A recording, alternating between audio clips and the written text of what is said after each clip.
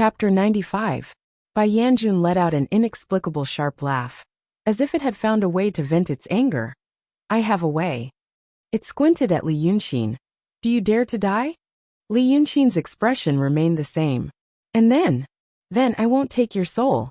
You can take over my body. It sounds like a trap. Li Yunxin said calmly. I know several situations of taking over a body, but the most optimistic one is Qiao Jiesin. Her body becomes an immortal skin, but she also loses the 5 senses of a human. Not to mention rebuilding the snow mountain and ocean of qi. Bai Yanjun laughed again, its voice full of malice. Why be a human? You can accept being a ghost, but can't you accept being a big animal? Li Yunxin sighed. Grandpa, I know I was wrong. Let's talk nicely. What's the matter? Bai Yanjun laughed again. You are indeed a big animal. Think about Dragon's son. His real body is as big as a hill.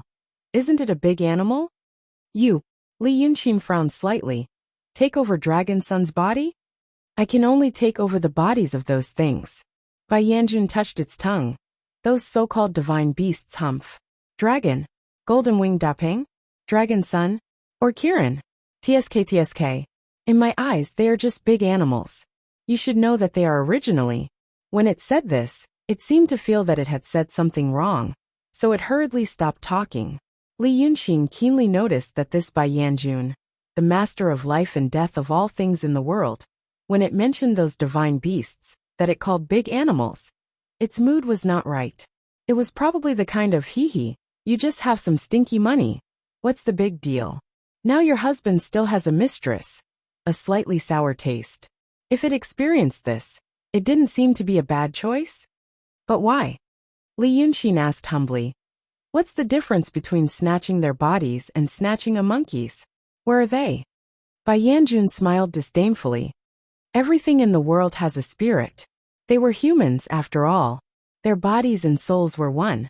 Without either, they would be incomplete and would suffer damage. Because of this, after seizing someone's body, they will lose their 5 senses and only have an empty body. As for those beasts that have yet to develop intelligence, how can they possibly contain such a delicate thing like a human soul? Ha! Li Yunxin frowned. That dragon Qilin and Rock. Weren't they originally beasts as well? What do you know? This could not be said. I don't want to tell you either. Bai Yanjun rubbed his tongue impatiently. You only need to know that when a person dies, only his shell remains. But when those big animals die, they have to leave an empty space. Leave an empty space? Li Yunxin couldn't understand what he meant. What empty space? Yamajun was unhappy again. He frowned. You're such a troublemaker. Empty is empty. If other things in this world are dead, they're dead. But this big animal died. Although its body is gone, there's still an empty space. It needs your soul to make up for the empty space. Hey, you'll know when the time comes. Hearing what it said, Li Yunxin pondered for a moment, and understood. He didn't know whether this Bai Yanjun didn't want to say it like that, or this world didn't have such a saying. Li Yunxin felt that the empty space in its mouth, if he replaced it with a word he could understand, was actually godhood. This so-called big animal seemed to be hiding a secret. Thinking of this, he felt more at ease. He respectfully saluted this Bai Yanjun. Jun Shang, please continue to teach me how to do it. So you're so useful to me. Then I'll immediately kneel to you. Transformation seemed to make Bai Yanjun a little surprised. But after a moment of astonishment, she let out a shrill laugh. You little brat, you're really a wonderful person. You're really similar to the Devil King. Ha ha ha. Then I'll teach you. Listen carefully, I'll only say it once. If something happens to you at that time, even I won't be able to save you. He spoke quickly and his voice was sharp. But Li Yunxin was smart and remembered it after only one time. But after remembering it, he deliberately asked a few more questions. That Yamajun seemed to be impatient, and only used words like, think about it yourself, to dismiss him. Seeing that he couldn't get any more information, Li Yunxin flicked his sleeves and asked the ghost in the sleeve. Unexpectedly, this Bai Yanjun also knew about it. It waved its hand. Why do you make things difficult for this thing? This thing is more than 200 years old. It has been in the city of Wei for more than 460 years. It usually doesn't do evil. Although it devours souls, it only devours the souls of birds and beasts. It never hurts people. You said it killed livestock a few days ago? That's because it ate all the big birds and beasts near the city of Wei. So it went to devour livestock. You said that dragon son wants it? Ha ha ha. That dragon son is like a beast, living here. He only thinks that the city of Wei is his nest. Such a century-old ghost devouring birds and beasts. Of course he wants it. But this thing has some ability. It has been hiding for 300 or 400 years. And the two of them play around like this every few days. Haha, interesting. Why don't I keep this big ghost? This monarch, can't I find some fun? It's fun, so I keep it for fun. Li Yunxin slightly raised his eyebrows. This Yama Jun seems to be saying something insincerely. But he didn't ask more, and only said, but recently it killed people. Bai Yanjun rolled his eyes. In more than 400 years, there will always be some deaths. My lord seems to be hiding something. Li Yunxin also knew the inclination of its attitude. Then the last question. Since this big ghost was captured by Dragon Sun in the city of Wei, and ate all the birds and beasts nearby, why didn't it leave? Why are you so noisy? Bai Yanjun raised his eyebrows. Li Yunxin could hear that it was really impatient. Why do you care about it? When you have enough fun, just let it go. Don't harm it. After saying this, it seemed to be afraid that Li Yunxin would not let it go, and disappeared in a flash. Only Li Yunxin was left standing at the entrance of the alley. After standing for a while, he slowly walked 2 steps to the wall. Then he slowly leaned his back against the wall and raised his head. Just like that, he silently looked at the sky for a very long time. The night sky above him had just gone through the baptism of wind and rain. There were no dark clouds, and the galaxy was shining. Li Yunxin looked at the almost colorful Milky Way, the familiar Big Dipper, and the silver plate-like moon, and let out a long sigh. The night sky of this world was almost the same as that of his previous world. It was almost, because at dawn every day, he could not see the morning star, never. At dusk he could not see the Chang'e star, never. The morning star and the Chang'e star, or Venus. This was a world where everything was very familiar, but there was always a trace of strangeness in the details. He wanted to take over. Fuck you. Li Yunxin exhaled again, pushed his palm against the wall, and bounced up. He straightened his back and continued to stride forward. Chapter 96. When Lu Laodao returned home, he saw Brother Xian staring blankly at a bronze mirror. A bronze mirror was a rare item for Lu Laodao. As a man, he didn't need to dress up, so he naturally didn't need such an item. Moreover, it was a bronze mirror. The one Brother Xian was looking at wasn't the size of a palm, but the size of a pot. Such a large item must be worth a fortune. Lao Dao had now learned to pay attention to small details like Brother Xian, and he noticed that there was some fine white powder in the engraving of the bronze mirror. He immediately knew that it wasn't new, and there was no place to buy it at this time. It's so late, and Brother Xian has borrowed this bronze mirror from some girl. Brother Xian, Lao Dao had drunk a little tonight, but he had restrained himself, so he was only a little more excited than usual. But he had just seen Brother Xian stir up a lot of trouble, and he was also hiding something in his heart. Thus he became a little quiet. After watching him for a while, he picked up a stool by the door and sat down. He glanced at Li Yunxin from time to time, as he picked up the fur balls on his sleeves. After picking up the sleeves, he picked up the ones on his collar. But Li Yunxin just stared blankly at the mirror, ignoring him. Lao Dao sighed in his heart, feeling a little sleepy, so he quietly got up and planned to return to his room. That was when he suddenly heard Li Yunxin mutter as if to himself. Am I very handsome? Lao Dao was stunned for a moment, but he understood what handsome meant. Just like how Brother Xian usually said so cool and so handsome. He knew that it meant he was expressing his approval. So he said, yes. Brother Xian is very handsome. Li Yunxin sighed faintly. Yes. I think so too. That's why a handsome, humorous, understanding and promising young man like me can't die young. I'm only 14. Can I use the word die? TSK. How could Brother Xian say that? Like most people in this era, Lu Laodao hurriedly spat a few times. How can you say that? Li Yunxin only smiled and looked at himself in the bronze mirror. After pondering for a while, Lao Dao sat down again and said in a low voice, Brother Xian, Lao Dao, I don't have much ability. You've been taking care of me these days. Lao Dao, I don't know what you said to the fairy from the Langya Grotto heaven, and what your plans are. But if it's something bad, Brother Xian, don't worry. Will we be able to overcome this tribulation? Li Yunxin didn't answer him immediately. Instead, he was silent for a while before he suddenly asked, Old Lu, say for example, you are a temple attendant. Now a person comes to ask you how to do carpentry. He asks you how to use wood to make a big bird that can fly in the sky. But you tell him about it, and you even give him a detailed plan on how to saw the wood, how to make the mechanism, and how to put it together. What does this mean?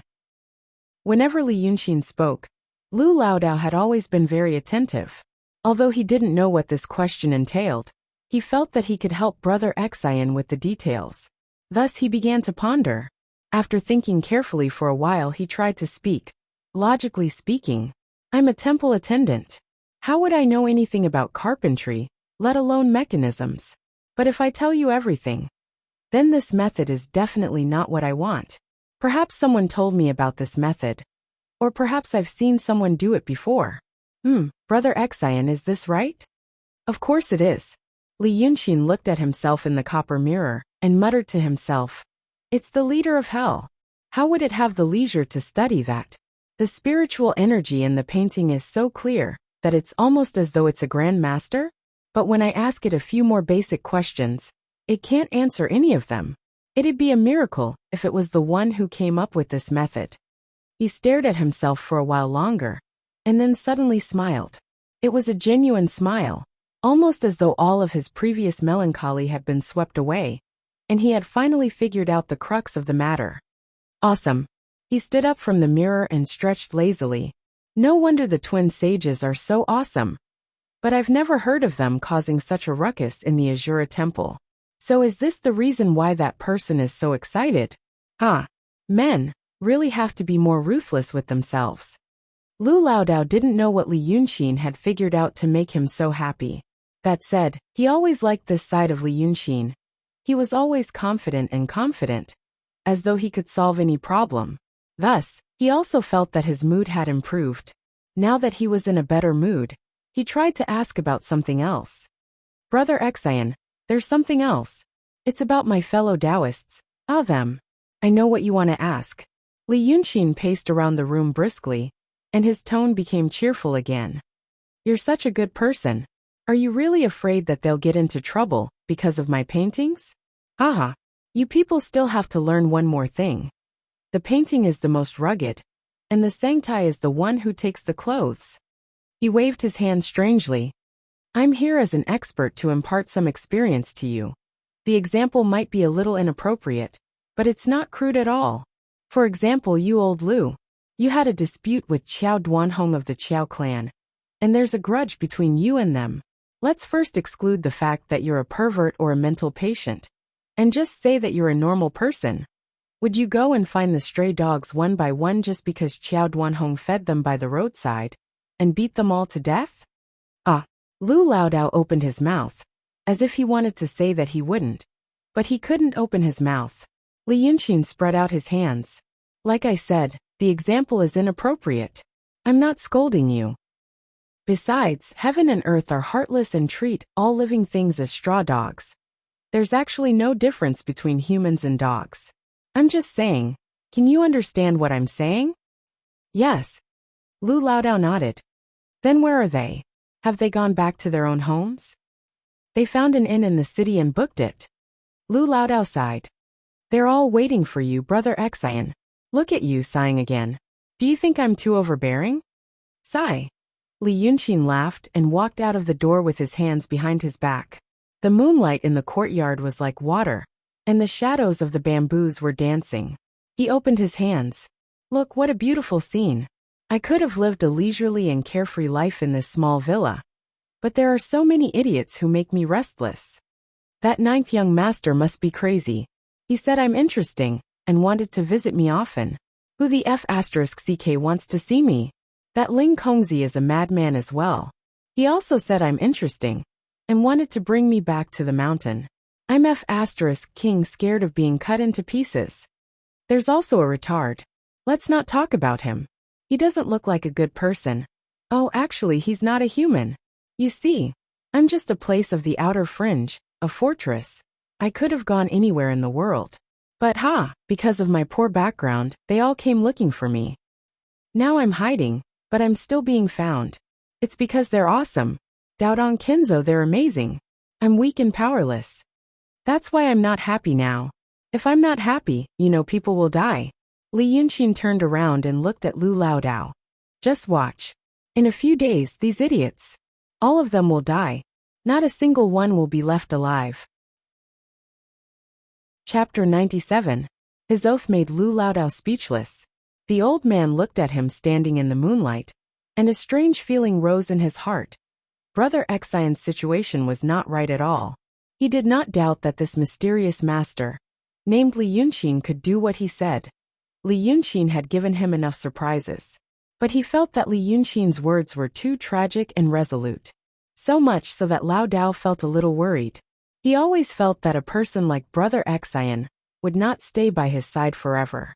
One day, when the wind and clouds gather, he will transform into a dragon and leave. He sighed in his heart. He spent the night like this. The next day, when the sky turned white, Lu Laodao looked into Li Yunxin's room. Brother Xian seemed to have stayed up all night drawing. He knew that Li Yunxin did not give him the paintings of the temples out of kindness. He must have his own plans. But after thinking about it for a night, he felt that what Li Yunxin said was right. Even if he had his own plans, it was still a good thing for the temples. The paintings of the prince and the dragon lady were still there in the front yard, and there were still people coming to worship them. They all said that it had the effect of calming the mind, and some people even offered 100 taels of silver for it. Brother Xian was in the transcendent state. Lu Laodao could not help but exclaim. He had heard of Taoist priests and swordsmen in the transcendent state, but who had ever heard of a painter in the transcendent state?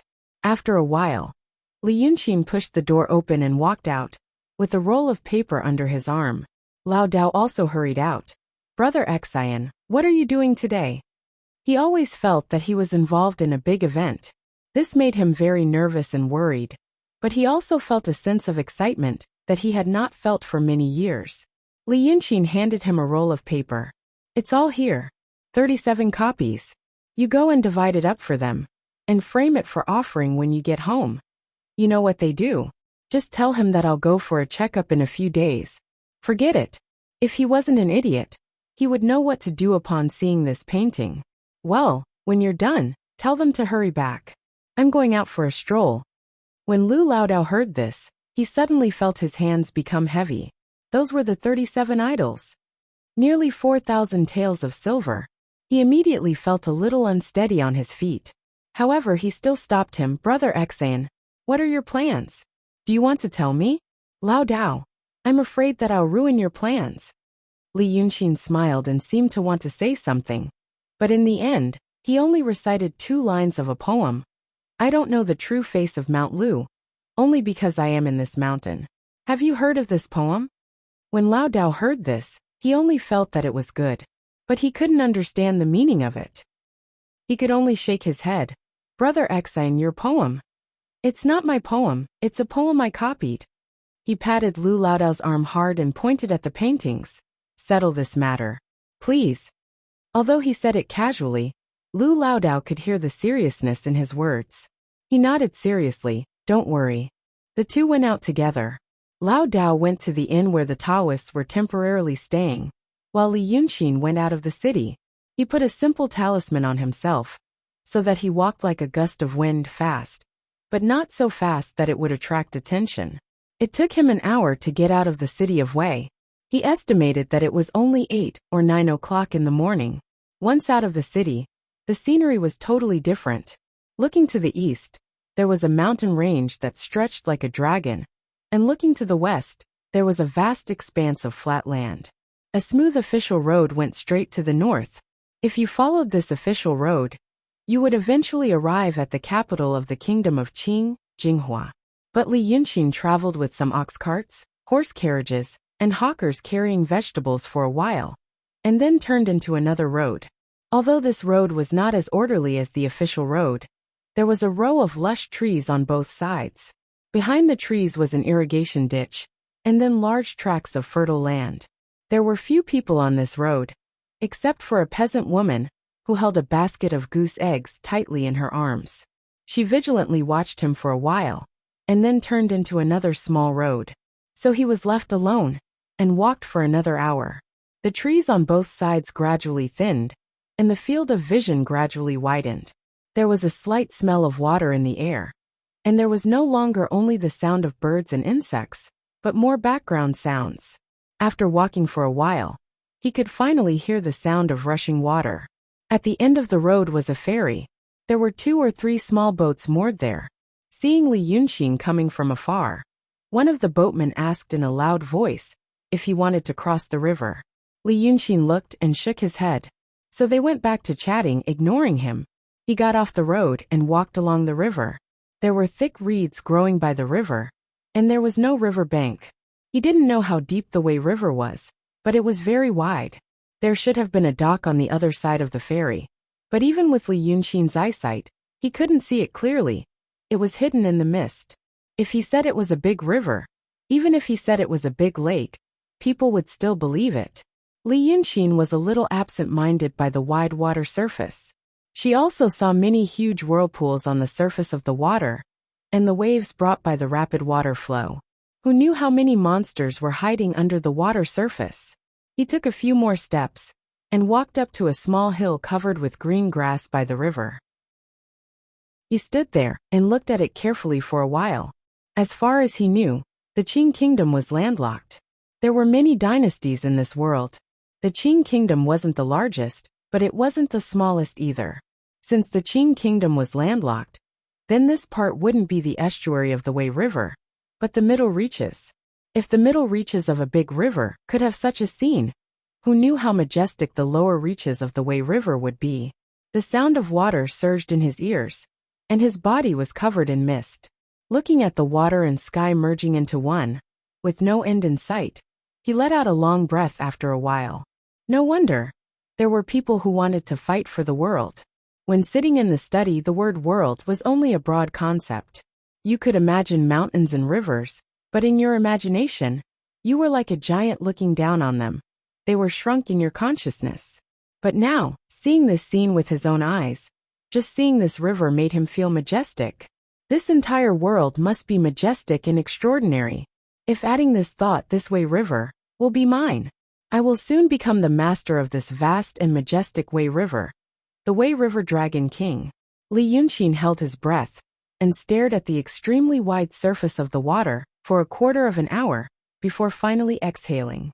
It seems that thinking like this makes me feel much better.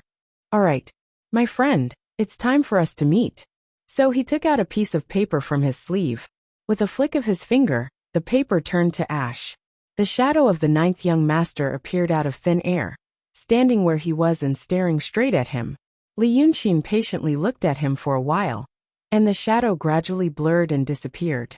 He sat down on the carpet like grass, and amidst the sound of the wind and waves, he softly hummed a song. The grassland that witnessed the death of the gods is a field of wildflowers, far away. The wind is farther away. Chapter 98. Li Yunxin finished humming a song, but the 9th young master hadn't arrived yet. He stood up and used another portrait. Just like before, this portrait contained bits of the 9th young master's aura.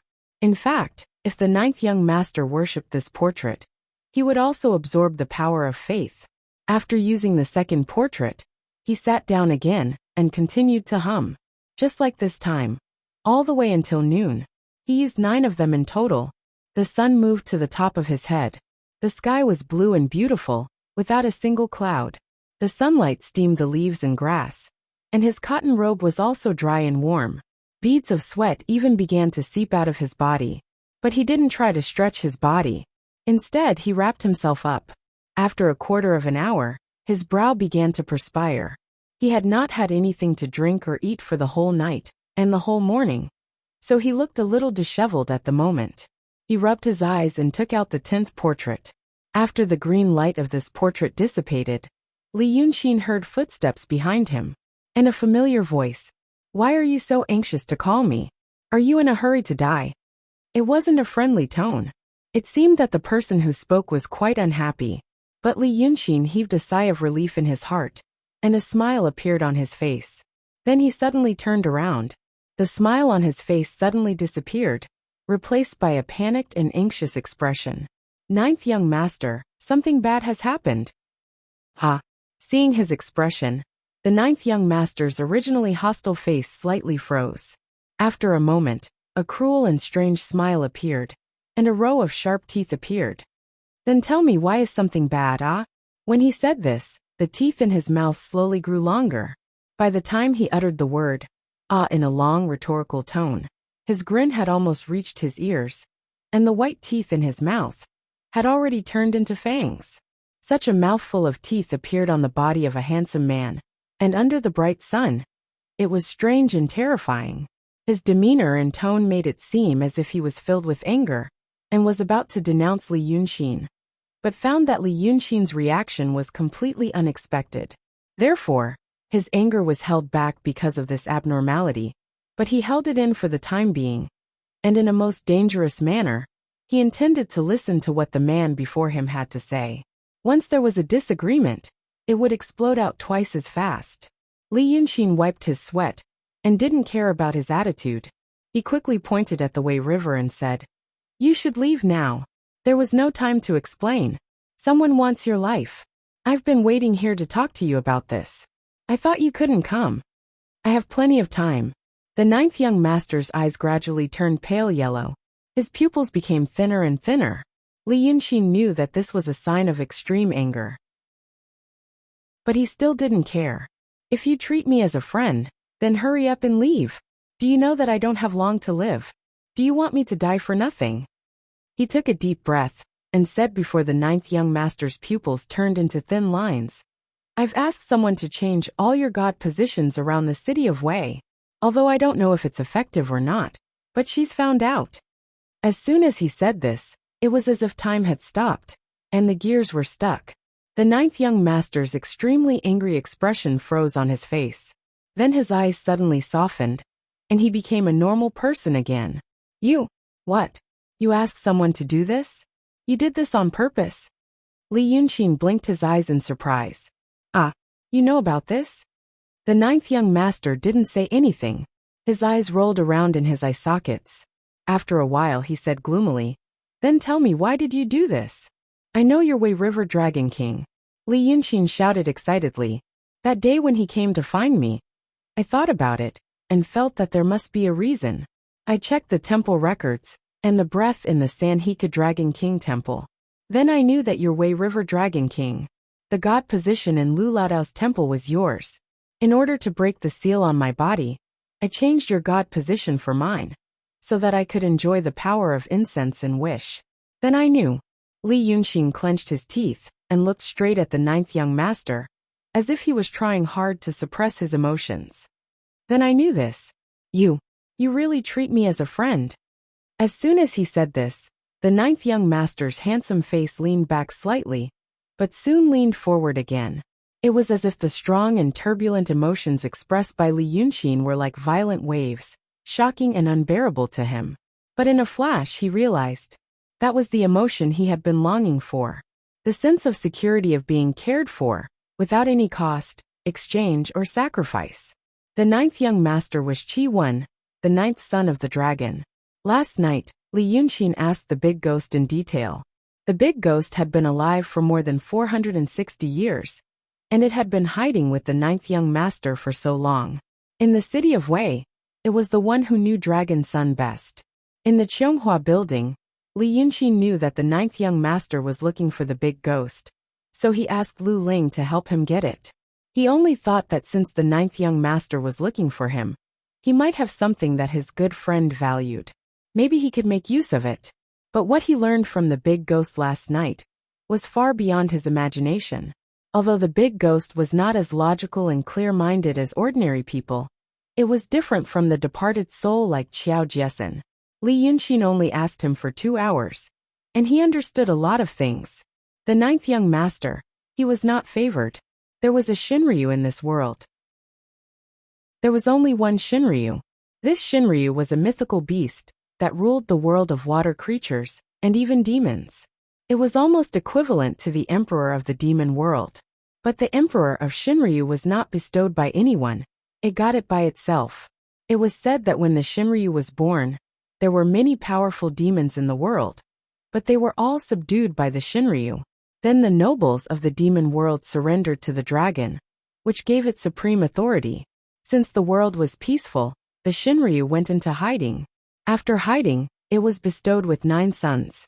They were Qiunyou, Hatred Chaofeng, Paleo Lao Basya, His Majesty Fu Wu and Qiwen. These 9 sons were in charge of 70% of the water in the world. Although this kind of control was not absolute, it was more like a lord in name. But no matter what, the world was huge. According to Li Yunxin's estimation, the territory of the Daqing state was about a third of the country he was in before. But this kind of territory was only a medium empire among the many dynasties. To the north of the Qing kingdom, across the Yi kingdom, was the super ruler of the known world Li. The territory of the Li kingdom was about 10 times the size of the Qing kingdom. And the emperor of the Li kingdom called himself the Sky Emperor. Chapter 99.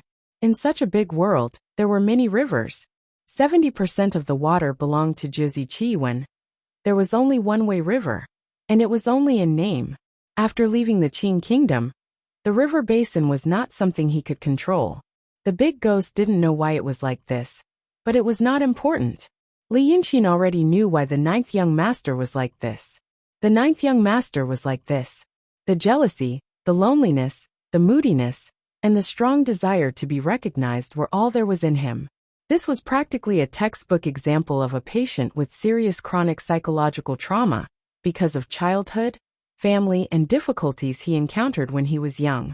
Thus, after Li Yunxin said this, the 9th young master's anger immediately disappeared. Li Yunxin breathed a second sigh of relief in his heart. Although demons didn't have much humanity, they were still intelligent and logical creatures. Even if their logic was different from that of humans and had its own system, it was still considered logic, and it was still in his hand. The banished Long Sun, after hearing Li Yunxin's words, stood by the surging Wei River, as if trying hard to make himself look more ferocious. In the end, he was confused by the things that suddenly filled his heart. After a few breaths, he finally said fiercely, "If so, why did you do this?" At this moment, Li Yunxin no longer looked panicked. He straightened his body, took a deep breath and said word by word, "9th young master, have you heard of this story?" The king of Tianfang Kingdom had a guest named Pianli. This retainer had served 3 countries in succession, but all of them had been destroyed. Therefore, Pianli came to Tianfang Kingdom. Later, Tianfang Kingdom was also destroyed. The guest ran away as usual. After a few years, the king of Yitang Kingdom, who destroyed Tianfang Kingdom and killed the king, was assassinated when he was crossing a bridge. But he was safe, and the assassin was caught. The king of Yitang Kingdom asked him why he wanted to assassinate him. This assassin said that he was the retainer of the former Tianfang Kingdom's monarch, Bianli. During these years, he cut his face with a knife and disfigured his face. He swallowed the hot coal again to destroy his voice. After waiting for so long, I finally got this chance. Li Yunxin paused and wiped the sweat off his face, giving him time to think. The expression on Dragon Sun's face had become quite complicated. This was the first time that Li Yunxin had seen him show such emotions that were similar to those of a normal human being. He frowned and asked, "Why didn't you escape this time?" This piece says that when he was serving the monarchs all treated him as a servant. But when he followed the king of Tianfang Kingdom, the king treated him as a kingdom scholar. Therefore, Li Yunxin straightened his body, his expression solemn and dignified. Amidst the rushing waves of the Wei River, he said, "Your Majesty treats me as a scholar of the state, and I repay you as a scholar of the state. You saved me once in that temple. You saved me again in Qinghe County. To you, It was as easy as lifting a finger. But to me it was the grace of a new life. Previously, I didn't know the trick and used the power of faith to break the seal. I had already broken the taboo of cultivation and could no longer advance. Since that's the case, I will repay you with my life. That woman knew that I was your friend, so she threatened me and asked me to help her kill you. How can I be an ungrateful person? I told that woman that you are the Way River Dragon King and enjoy the power of faith. Once you get rid of all the temples that worship you, you will lose the faith of many believers, and your strength will be greatly reduced. At that time we can kill you. That woman didn't believe me. Hee. I naturally have a way to make her believe. Li Yunxin smiled sadly. To replace the statue of a god with a portrait, I need some spiritual energy. Only then will the temple attendant and the temple master feel that it is a real god and willingly change it. So I told her, if she doesn't believe me, I will be the one who is worshipped. I am a human. If I receive the power of faith, I will die. I don't even want my own life. Naturally, she believed me. Li Yunxin shook his head. She asked me why I did that. I said that when I was with you, I had killed a lot of people. If your death is related to me, I will have no face to live in this world. After saying this, Li Yunxin started to take deep breaths. His chest was moving up and down violently. It seemed that his emotions were surging, and he couldn't calm down for a long time. The ninth young master stood in front of him and listened to him in a daze. After listening to him, he was stunned for a few seconds and suddenly became furious. He waved his hand and hit Li Yunxin a few feet away. His face suddenly became ferocious, and he shouted angrily, "Idiot! Idiot! Idiot! I found you interesting in vain. I am the Way River Dragon King. The Way River Dragon King. How dare you act like this? Idiot! What an idiot!" He was like a child, jumping in anger on the spot. But he didn't attack Li Yunxin anymore. After he shouted for a quarter of an hour, he suddenly fell to the ground and looked at Li Yunxin, who had sat up from the grass. He stared at him for a while, and suddenly sighed, "You man, why didn't you tell me earlier?" The power of that angry strike was very strong. However, Li Yunxin was wearing the soft armor that he gave him, so he only felt a little sweetness in his throat. Looking at his furious look, he knew that he was expressing his feelings. He didn't know how long the dragons lived, and he also didn't know how long the demons could live before they could be considered as adults. But looking at the ninth young master, he knew he was still a child. At least mentally he was still a child. He didn't know how to express his feelings, and he didn't know how to control his feelings. He was happy because he got his first real friendship, but this happiness soon turned into depression because of the bad news. Li Yunxin didn't even need to use much strength. He had completely controlled his emotions. Looking at him like this, even Li Yunxin suddenly felt a little pity in his heart. This dragon son, at least at this moment, really treated him as a friend? Because he couldn't bear it. He even started to think, maybe he could change to another method. However, when the ninth young master said the next sentence, this little bit of soft feelings and fantasy completely disappeared in Li Yunxin's heart. "Why didn't you tell me earlier?"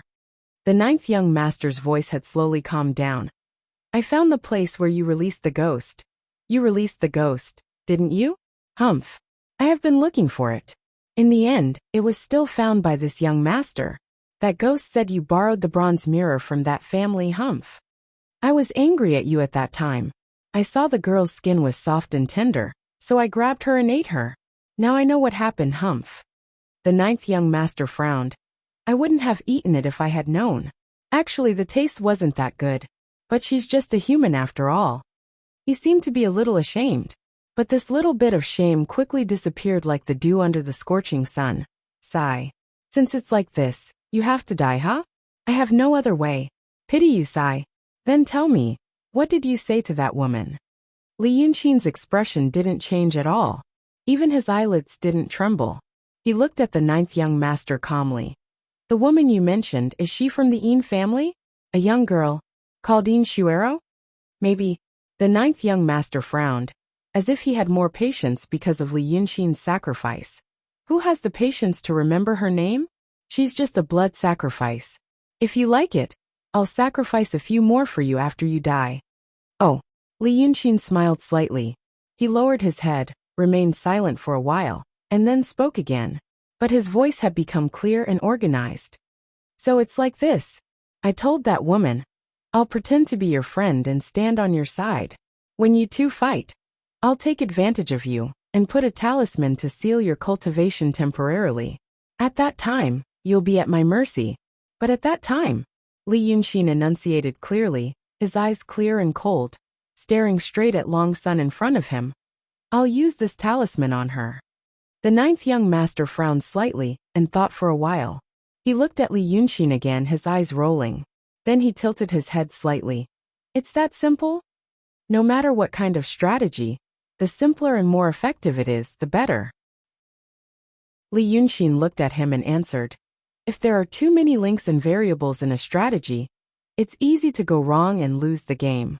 So it's really that simple. I'll decide the winner. The ninth young master thought for a while, and suddenly showed a troubled expression. That woman. Did you say she's a Taoist? A Taoist in the transcendent state. She said she's here to kill Long Sun. Humph. If I happen to be busy that day, You have nowhere to go, my friend. Li Yunxin interrupted him, and for the first time, said in a tough and serious tone. You have nowhere to hide, my friend. This way river. Isn't it yours? Where else can it be? The ninth young master suddenly opened his eyes wide. How dare you talk to me like this? But Li Yunxin only sighed. I'm a dying man. His words made Long Sun calm down again. He frowned angrily, paced a few steps and said angrily, I'm Wei River Dragon King. As soon as he finished speaking, a cloud rose from the ground and rolled him into the river. Li Yunxin turned around and stared at the direction where he entered the river for a while. Then he raised his head, faced the sun, closed his eyes, and let out a long breath from his nostrils. Demons, I just caught them and ate them. Such a simple sentence was uttered in such a simple manner. Li Yunxin knew that if she had any soft thoughts, she would be seeking her own death. Maybe one day, this sentence would come true for him. Being friends with an orange didn't mean that he wouldn't eat oranges. When eating oranges, did he need to think about the feelings of the orange? He sighed again, stuck another talisman on himself, and walked towards the city.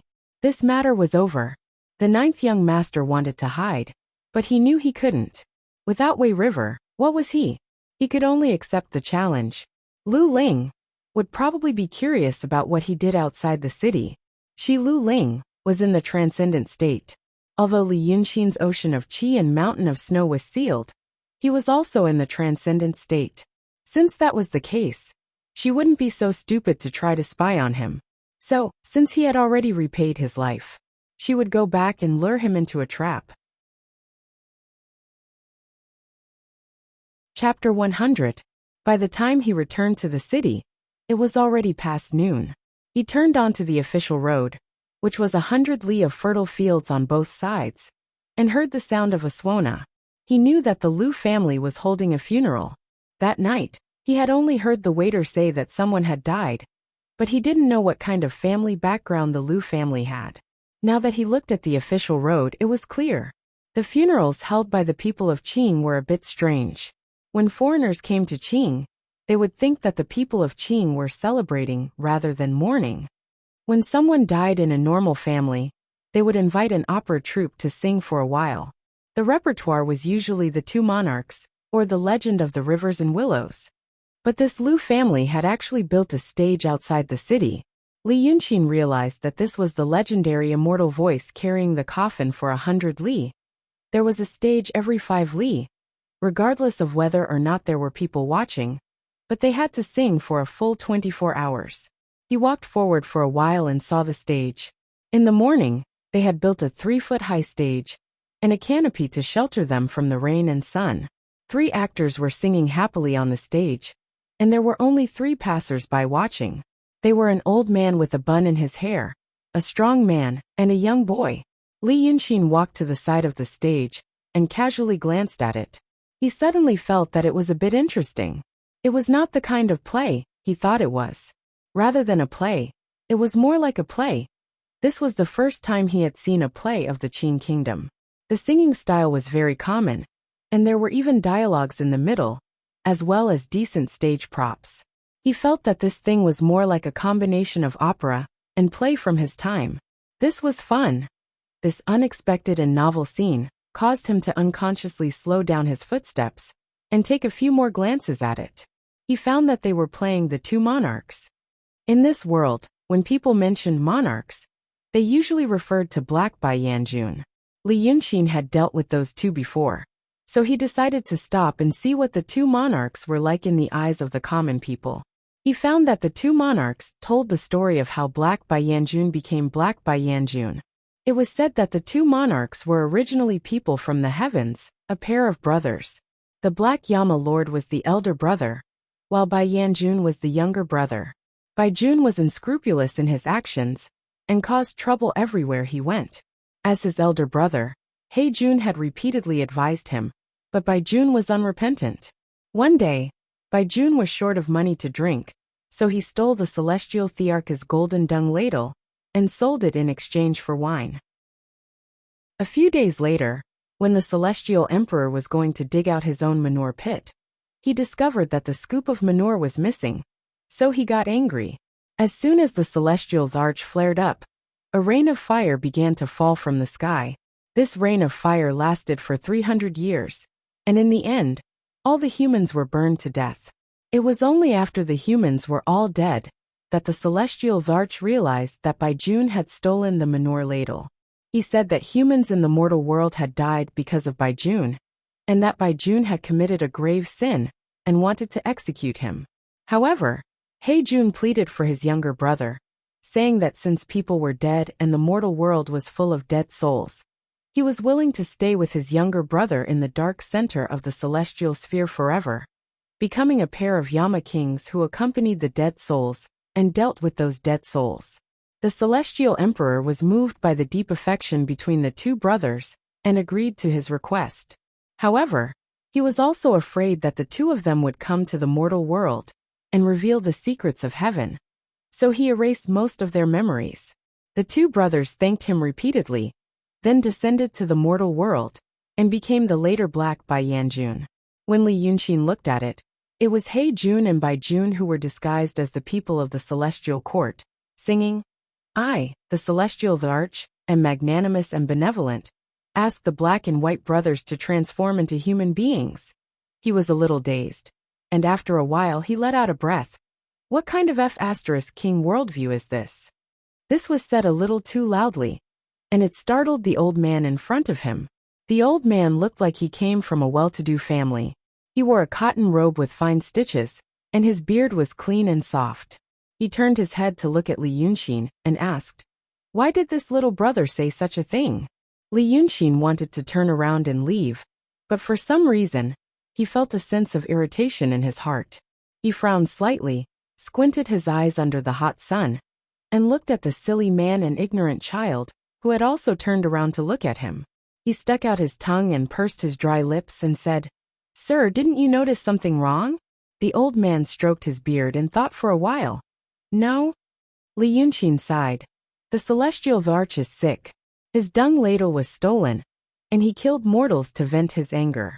He killed everyone, and then said it was because of Bai Yanjun, and then a group of people sang praises of him. What kind of logic is this?" The old man thought for a while, but did not say anything. Instead, it was the tanned, simple-looking man who said, How can you say that? The celestial Tharch is the celestial Tharch. How could the celestial Tharch do anything wrong? Besides, the world is big, and the celestial Tharch is the most powerful. Whatever he does, who can control him?" He thought for a while, and then used the pair of straw sandals on his feet to rub the dried yellow mud on the wooden hoe beside him. "Besides, this is the way of the world. The wicked drink and eat meat, while the good suffer from the cold and poverty. Little brother, I understand what you are saying. You want to talk about justice. How can there be justice in this world? The teachers teach the children that the world has its own justice. If you ask me, how can there be justice? Whether a matter is fair or not, isn't it up to the adults to decide?" Hearing him say this, the old man hurriedly shook his head. No, there is justice in this world. Not only is there justice, but there must also be kindness, and the neighbors help each other and live in harmony. If there is no such thing, the world will be chaotic. Look at how different people are from birds and beasts. For example, today when you went up the mountain to collect grass, you were injured by a beast on the side of the road. This old man saw that you were seriously injured, so I must help you. This is justice and kindness. Bah! So unlucky. The strong man suddenly became angry and spat on the ground. There is no reason to listen to such unlucky words, you old killer. After saying that, he snorted again, picked up the wooden hoe and left. The old man's face turned red, and he was stunned for a while before stamping his feet. Hey, this person is unreasonable. Some thoughts emerged in Li Yunxin's mind. He wanted to say something, but when he saw the old man and the child in front of him, he felt his interest waning. At this time, the three performers on the stage finished their performance, changed their costumes, and sat by the side of the stage to drink cold tea to rest. Seeing the old man stomping his feet in anger, the person who played the celestial emperor laughed. Look at you, old man. It's not like you don't know anything. That man looks like he has a poor life, trying to make a living in the fields and mountains. Why are you cursing him for being injured by a beast, and not cursing him to die? How can I not be angry? After drinking some water and wiping the sweat from his forehead, he said to Li Yunxin, Little brother, you look like you come from a rich family, but you don't know the suffering of the world. How can there be so much justice in this world? This world is the law of the jungle, isn't it? Look, even if our Daqing State's emperor is wise and just judges the suffering of the world, you think there is justice in this world. But where did the Daqing State's rivers and mountains come from? It was Emperor Taizu, who took it from the hands of the previous emperor. This Daqing State's justice, in the end, is it not because the weak are prey to the strong, and the strong are respected? So this world has always been like this. There is no such thing as justice. But even if there is no such thing, people must believe in it. Because there is no such thing. If they still don't believe in it, then they are no different from beasts. That's why children always like to say that there is injustice here and there, or feel that there is no justice in this world, and that it is okay to do all kinds of bad things. But only people who think clearly know that there is no such thing as justice in this world. But because there is no such thing, people must believe in it.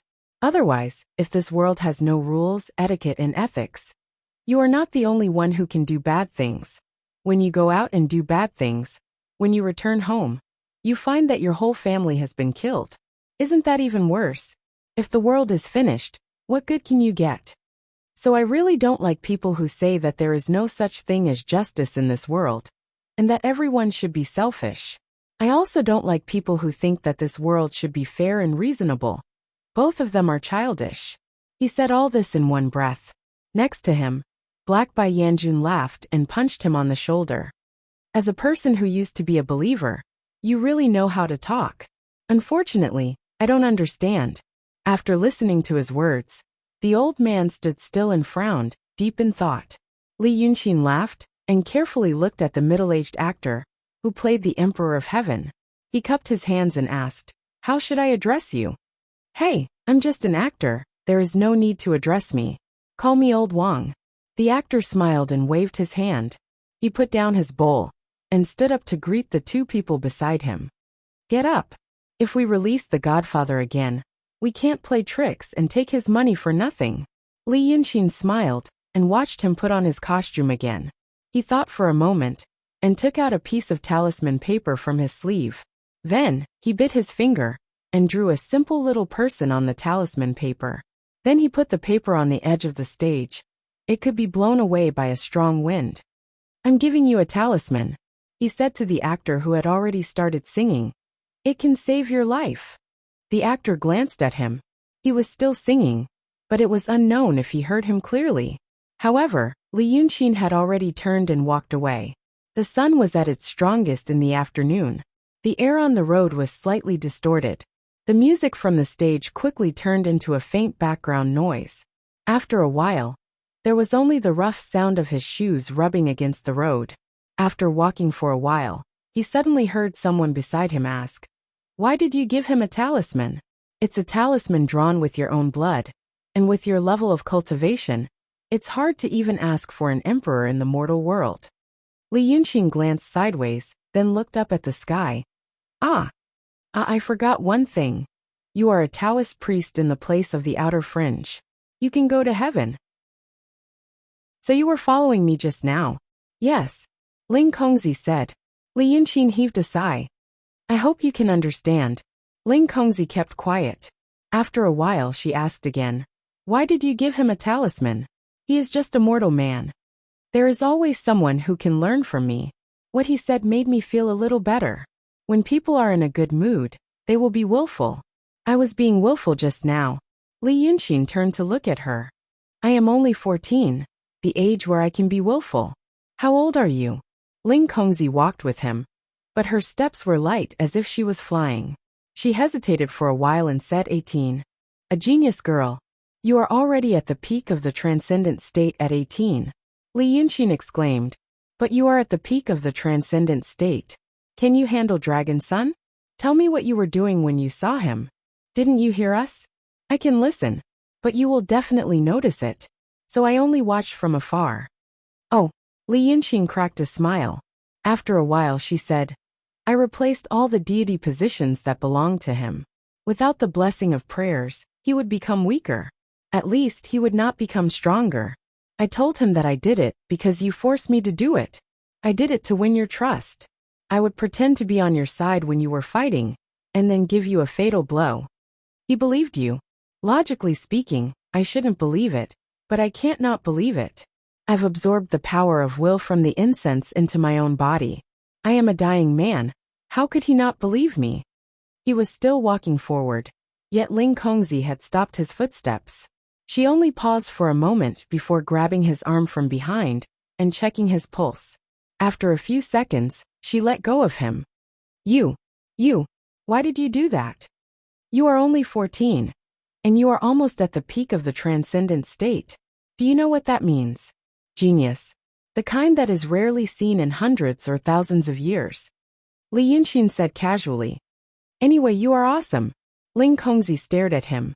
Her chest heaved up and down a few times. She forced herself to calm down quickly. Seeing that she was not so agitated, Li Yunxin continued to walk forward. Now at this moment, maybe a few temples had changed the blessing of prayers. Because he felt more and more intense pain, as if he was being cut by a knife. This pain caused his footsteps to become slightly slower, and his complexion to become even worse. When Ling Kongzi caught up, he said, Do you know, someone from the Yin family died last night. Oh, of course you don't know about the Yin family. The Yin family is quite influential in the city of Wei. They have a constable named Yin Pingji, who is very popular. But that's not important. He has a little girl. She is 15 or 16 years old, and she likes me very much. She used to come to the Dragon King temple to play and talk to me, but she is a girl after all. Although she is lively and bold, she is not old enough to confess to me, so she pesters me every day and smiles when she sees me. She doesn't like green onions. Well, green onions are fine. She died last night.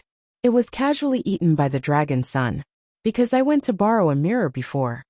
Li Yunxin was silent for a while. He sighed and turned to look at Lu Ling seriously. Do you think she died because of me? Tell me, don't you think those great fiendish demons deserve to die? After a while, Lu Ling said softly, You should be used to seeing dead people. You should have killed people before. I did kill a lot of people, but those people came to me first. Li Yunxin smiled. But she was good to me. Lu Ling did not say anything. So I also have a part in the evil that I did with Dragon Sun. Just now the actor talked about morality. From the perspective of humanity, I should not be with the demons. I deserve to die. From the perspective of humanity, since I see the ninth young master as a friend, I should not have worked with you to harm him. I deserve to die too. I am also an immoral person. Only by dying can I be worthy of myself. I said I wanted to go back to the mountain with you. I have no choice. You. Lu Ling said this word, but he didn't know what else to say. Li Yunxin laughed. So I did it voluntarily. This is called self-redemption, right? I used my life to win his trust. In fact, I can win your trust. If I didn't do it, how would you know if I was telling the truth? Then, I want to know, you are at the peak of the transcendent state. Can you and I really kill Dragon Sun? If the Dragon Sun is a little stronger, yes. If the two Dragon Suns are as strong, or even stronger, do we have a handle? Chapter 101. Lu Ling had grown fond of silence. Li Yunxin couldn't see her expression, but he could tell that she was happy to see her expression change. After a while she said, "You really don't care about your life. Sigh. Maybe that's why you are a genius. It's a pity that you." She glanced at Li Yunxin. "You could have come back with me, and maybe you wouldn't have died."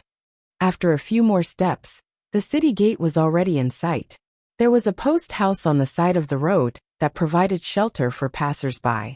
Lu Ling tugged at Li Yunxin's sleeve and said, "Let's take a break." She could already see the cold sweat on Li Yunxin's forehead and his pale lips. Based on her experience, she knew that he wasn't faking it. Li Yunxin took a few deep breaths and walked into the post house. He sat down on a long bench that was made from a few pieces of rough wood.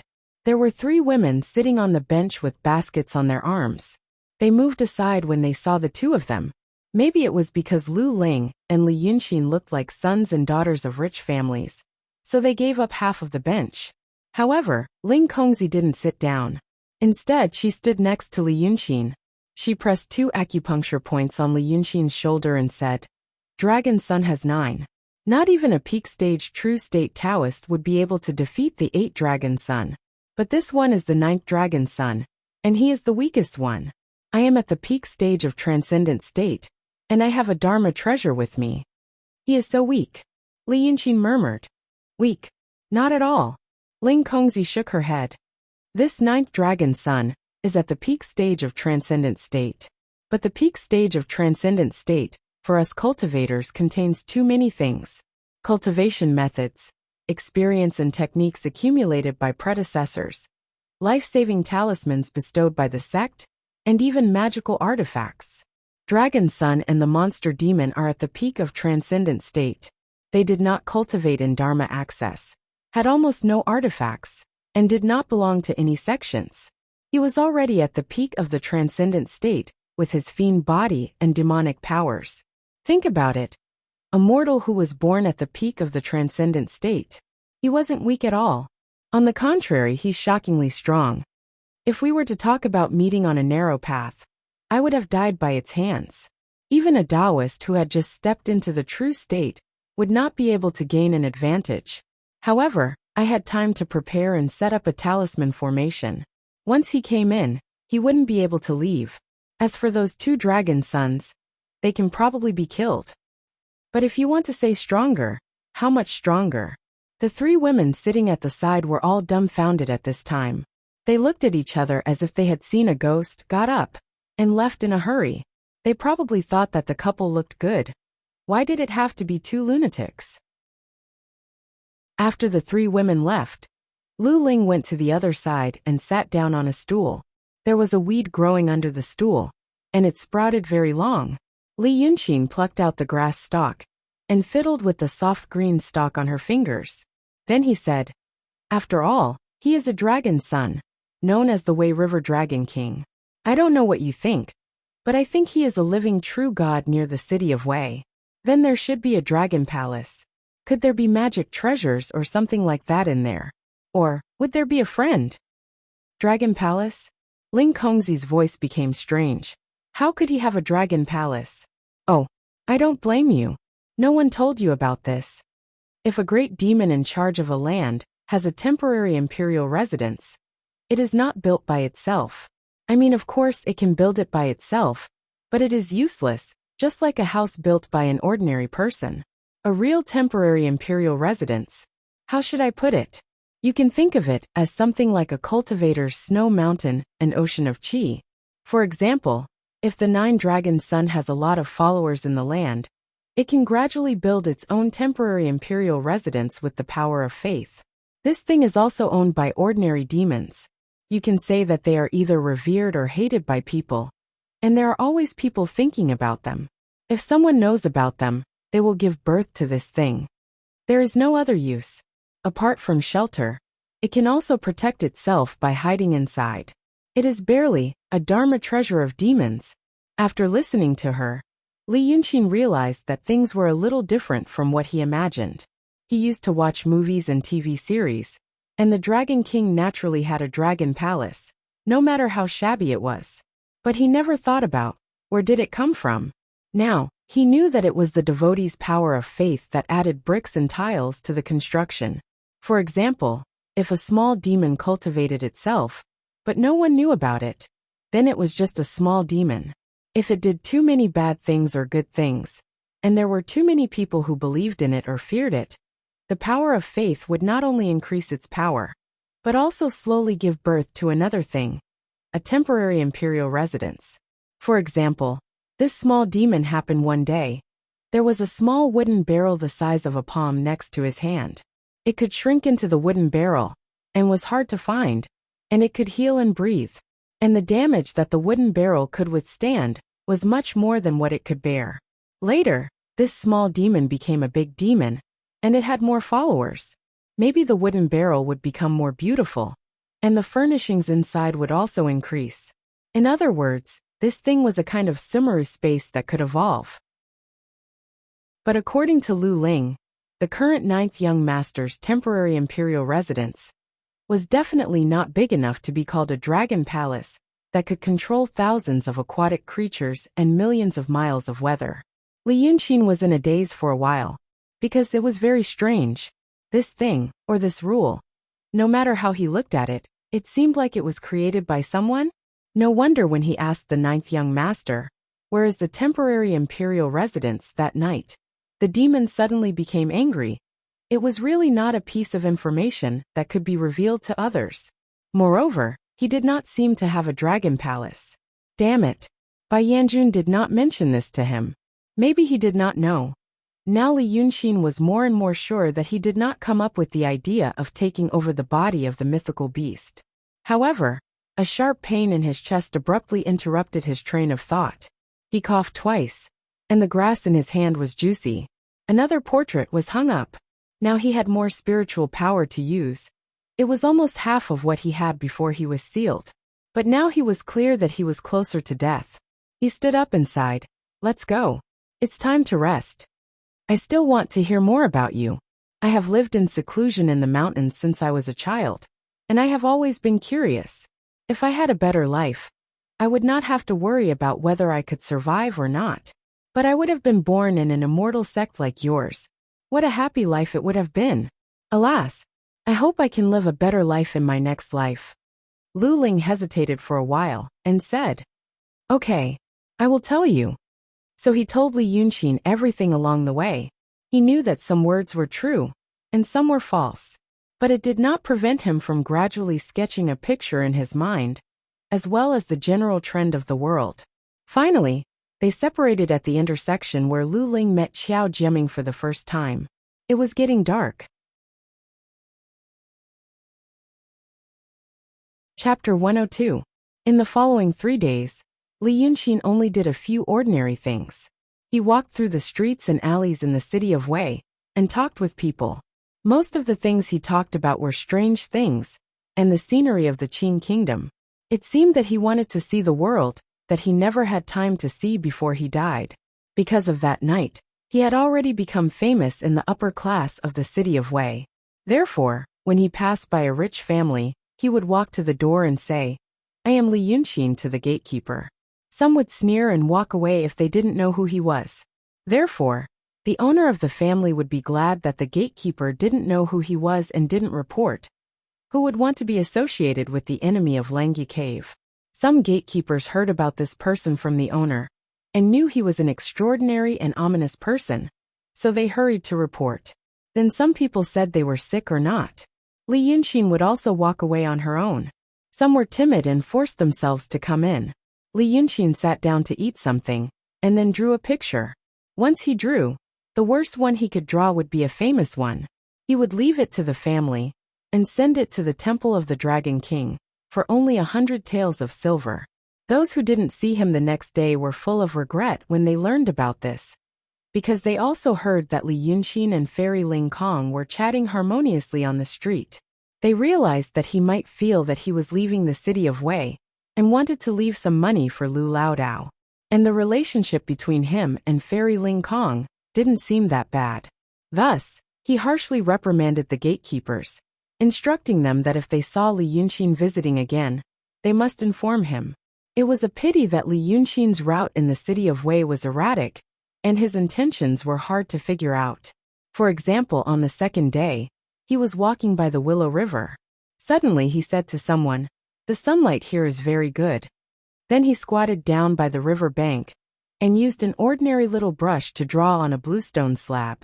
With a stroke of the brush, the seemingly soft weasel hair directly carved a mark on the slate. Such a miraculous event naturally spread from 1 to 10, and from 10 to 100. As a result, half of the people on the street gathered around to watch the strange drawing of the martial arts master. He drew circles one after another, and then drew many lines around the circles, saying that he was the sun. But after drawing for a while, he threw away his brush, said it was boring and walked away. Ling Kongzi knew about these things, and personally visited those houses to see the paintings left behind by Li Yunxin. He discovered that it was indeed an ordinary masterpiece. He was much more skilled than the artists in the secular world, but there was nothing to be suspicious about. Then, she went to see the sun that Li Yunxin had carved by the river. It was indeed an unfinished painting. There wasn't even the slightest trace of spiritual power fluctuation. After investigating all the traces he left behind, Lu Ling gradually relaxed. It seemed that Li Yunxin really just wanted to leave something in this world and prepare for his death. She was surprised by Li Yunxin's behavior, but not to the extent that she couldn't understand it. She just felt that he was such a person, really good to a secular Laodao, sad for the death of a little girl, and even willing to give up his life because of betraying friendship. He was really a very interesting person. Unfortunately, he was going to die. Lu Ling occasionally felt flustered and lost. This was not the result she wanted. At first, she only wanted to kill this person, get the jade scroll, and then return to the mountain. Later, she felt that he was interesting and wanted to bring him back to the mountain. He might not die. Maybe his cultivation would just be destroyed. But the Lengya cave was a good place. Secular people without cultivation could also live for a long time there. But she didn't expect that. He was actually planning to die here. Well, actually, she couldn't be sure. She just felt that something was not right. She had to at least see him die with her own eyes to be at ease. Thinking of this, Lu Ling sighed slightly and waved the talisman-covered magic brush in her hand again. Every time she waved it, a golden light appeared in the void and disappeared in a flash. It was said that there were no words in this world, but the Celestials created the celestial sphere and created all things in the world. After creating all things, they created humans. Humans then asked the Celestials what those things were. The Celestials explained them one by one, but humans couldn't remember them all. Thus, the Celestials extracted the rules of all things, simplified them into words and pictures, and taught them to mortals. Thus there was Daotong and the painting sect. When the secular people wrote, they just wrote. But what the Taoists wrote were the secret names of all things in the world, and what they wrote were the rules of the great Tao of all things in the world. If the painting sect was the spirit of painting, then Daotong was the theory of calligraphy. Compared to the spirit of the painting sect, the rules were simpler and more direct. It was this simplicity that led to the Taoists' shocking destructive power. But the words that Ling Kongzi wrote in the void could not be understood by the secular people. And even if they accidentally saw it, they would die on the spot. Because what she was writing was the secret name of an item passed down by Daotong. It was called death. The first and only curse that a cultivator at the peak of transcendent state could master. The curse of death. It would cut off the opponent's chi vitality and all the laws of the world. If the opponent's level of cultivation was much higher than the opponent's, one word would be enough to take his life. Against a powerful monster like Long Sun, even if one word couldn't kill him, it could set up an array with the word. Death was not just the death of life and death. Plants would wither, and the karma would be cut off. Once the array was completed, It could temporarily cut off Long Sun's fate and karma. Once he entered the array, he would not be able to return. Just like that. She wrote 7 to 7 times before she finally stopped and let out a long sigh of relief. Then she closed her eyes and rested for a while. She walked to the window and looked at the sky outside. It was already dark. In the courtyard where she was, the plants cast a mottled shadow. After looking at the shadow, she said, "Come in. Tell me." Song Yunzi, a Taoist from the Danding sect of Shangqing, pushed the door open and came in. But after taking 2 steps into the door, she stopped. Fairy's words. That Li Yunxin is painting everywhere today, just like the previous 2 days. But at noon on the street, he caused a little trouble. Lu Ling tilted her head slightly. Little trouble? Actually it wasn't because of him. Song Yunzi thought for a while and said slowly, "Today, I secretly followed him to the Chongmen Street, and it was the opening time of the market. Fairy, you may not know, but at the middle and end of every month, the villagers would come to the Chongmen Street of the city of Wei for the market. At this time, no need to explain, go on." Ling Kongzi listened as she slowly walked around the room, and her slender white hand gently brushed past everything around her. When she touched a string of green grapes on the fruit plate on the table, she gently brushed it. The raisins fell into the porcelain plate with a clatter, leaving only a forked stem. She picked up the stalk, fiddled with the soft green broken stem on her fingers, and whispered to herself, "Today should be his last chance." That Li Yunxin also came to the Chongmen Street today. He set up a stall on the street, saying that he was selling portraits for fun. Song Yunzi continued, "He painted some portraits without using any spiritual power. I asked someone to intercept the person who took his portrait after he walked away and checked the portrait. They said it was indeed an ordinary ink painting casually made. But in the afternoon, he painted a rare scroll for a beggar." Chapter 103. Ling Kongzi paused for a second, and then shook his head. But he couldn't think of the right words to describe him. He was indeed a rare character in the world, and it was hard to describe. The 2 Taoist priests in the cave had just entered the transcendent state, but they already thought they were great. They spent a lot of treasures, and spent 10 years to make a painting. Now this Li Yunxin. He made a painting for the beggar? What happened? Song Yunzi hurriedly said, "In the afternoon." In the afternoon, Li Yunxin brought a stack of paper, an inkstone and a pen to Chongmen Street. He hired his table from a fortune teller for a tale of silver under a weeping willow by the side of the street, and sat down. The willow was not easy to grow insects, and it was cool. He sat there with his eyes closed for a while before he opened them, and looked at the pedestrians on the street. When he saw a man whom he liked, as those who watched him put it, he beckoned to him, and asked if he would like to have his portrait painted. Half of the people thought it was a trick, so they waved their hands and walked away. The other half of the people took his drawings with some suspicion, and left happily, thinking that they were very good. Occasionally, there were 1 or 2 people who knew him before, and they couldn't hide their excitement even if they tried. Li Yunxin frowned and said, "Go away, I don't want you." The person would then ask why. With pain and disappointment, Li Yunxin said, "You already know me, so what's the point? Those who don't know me can take the painting back. It will be fun when they know it's valuable. Or they can throw it away.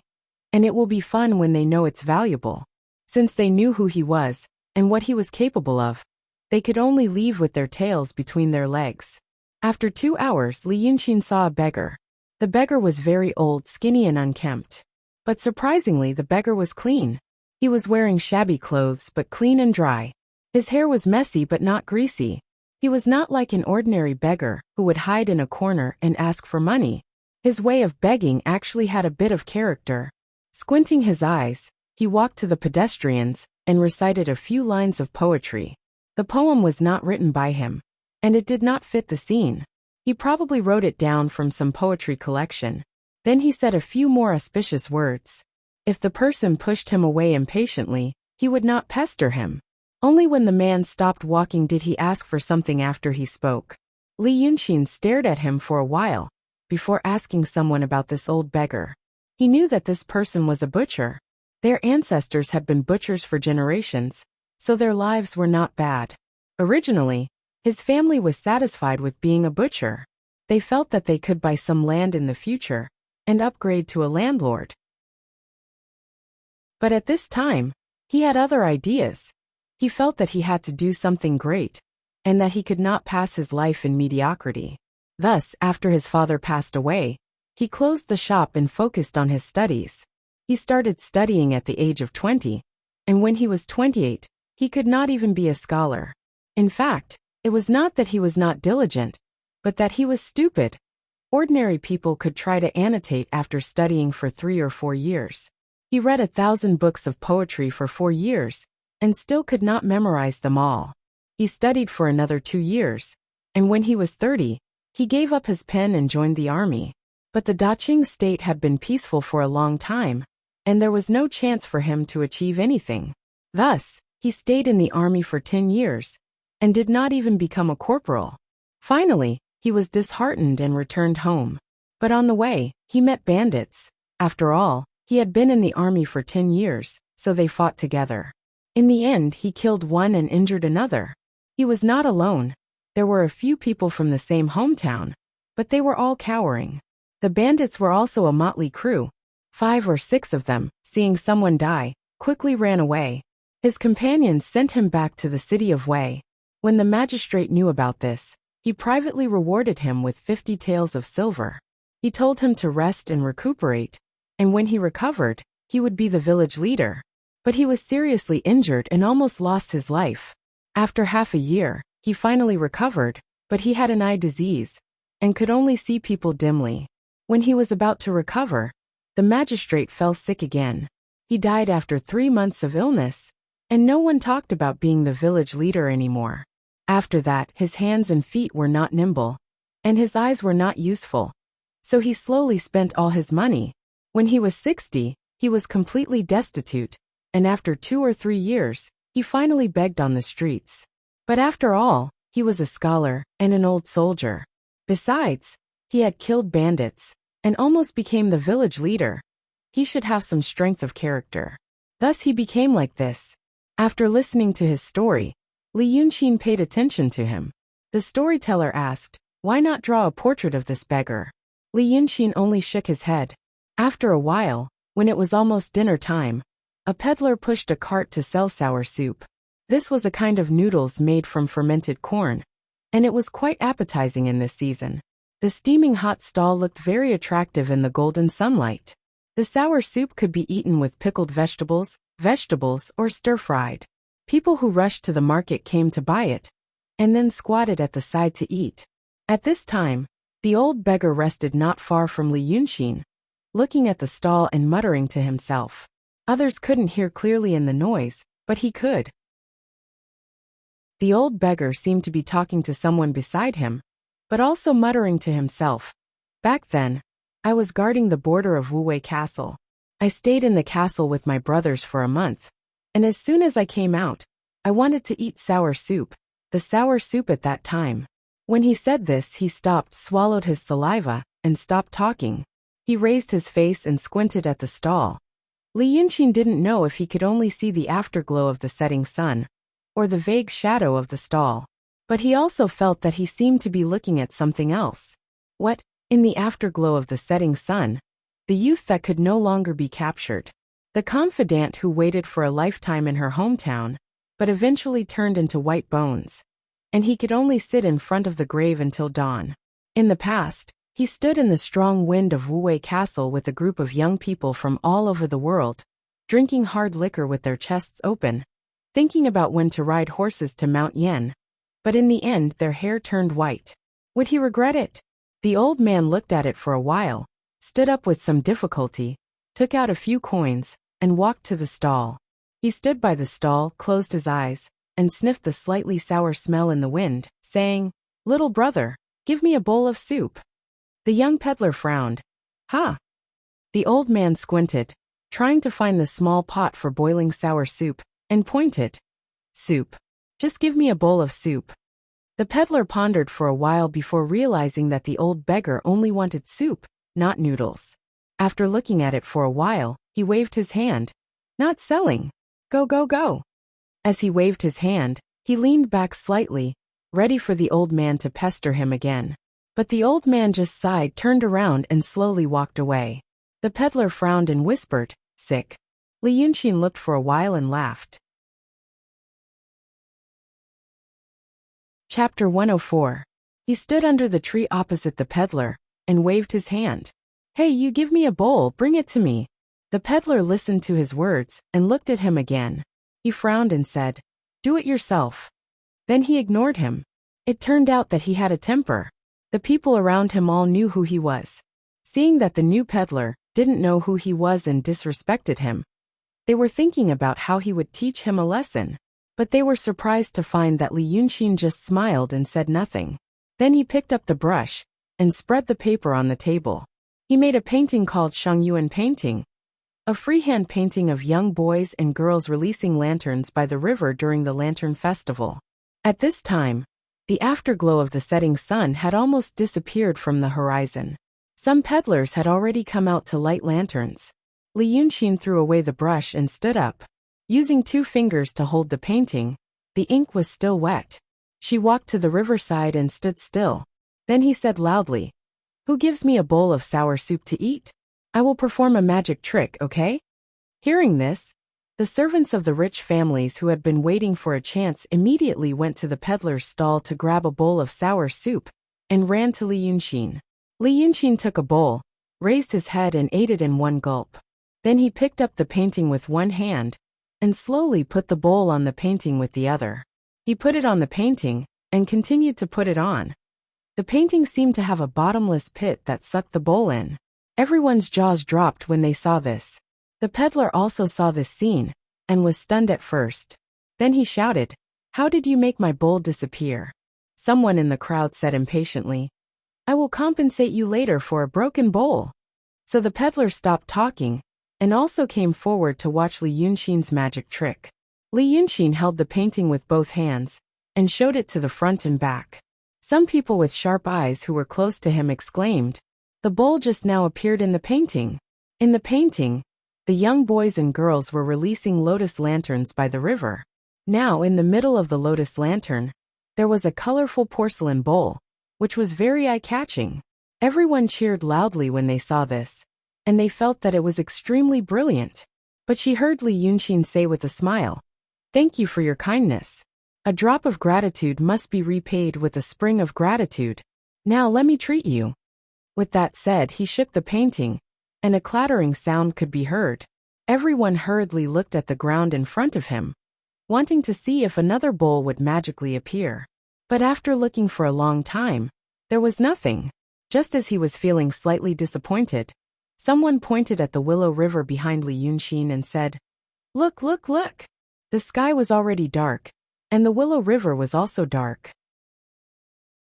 But in this dim river, a bright lotus lantern floated down along with the current. First there was 1, then 2, 3, for in just 2 or 3 breaths of time, the Willow River was lit up by countless pink lotus lanterns that emitted a soft glow. The Willow River became extremely beautiful in such an evening.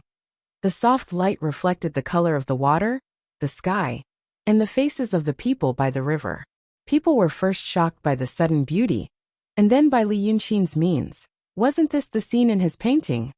After the extreme shock, they remembered that Li Yunxin had previously put a bowl in the river, and remembered that he said he would treat people to sour soup.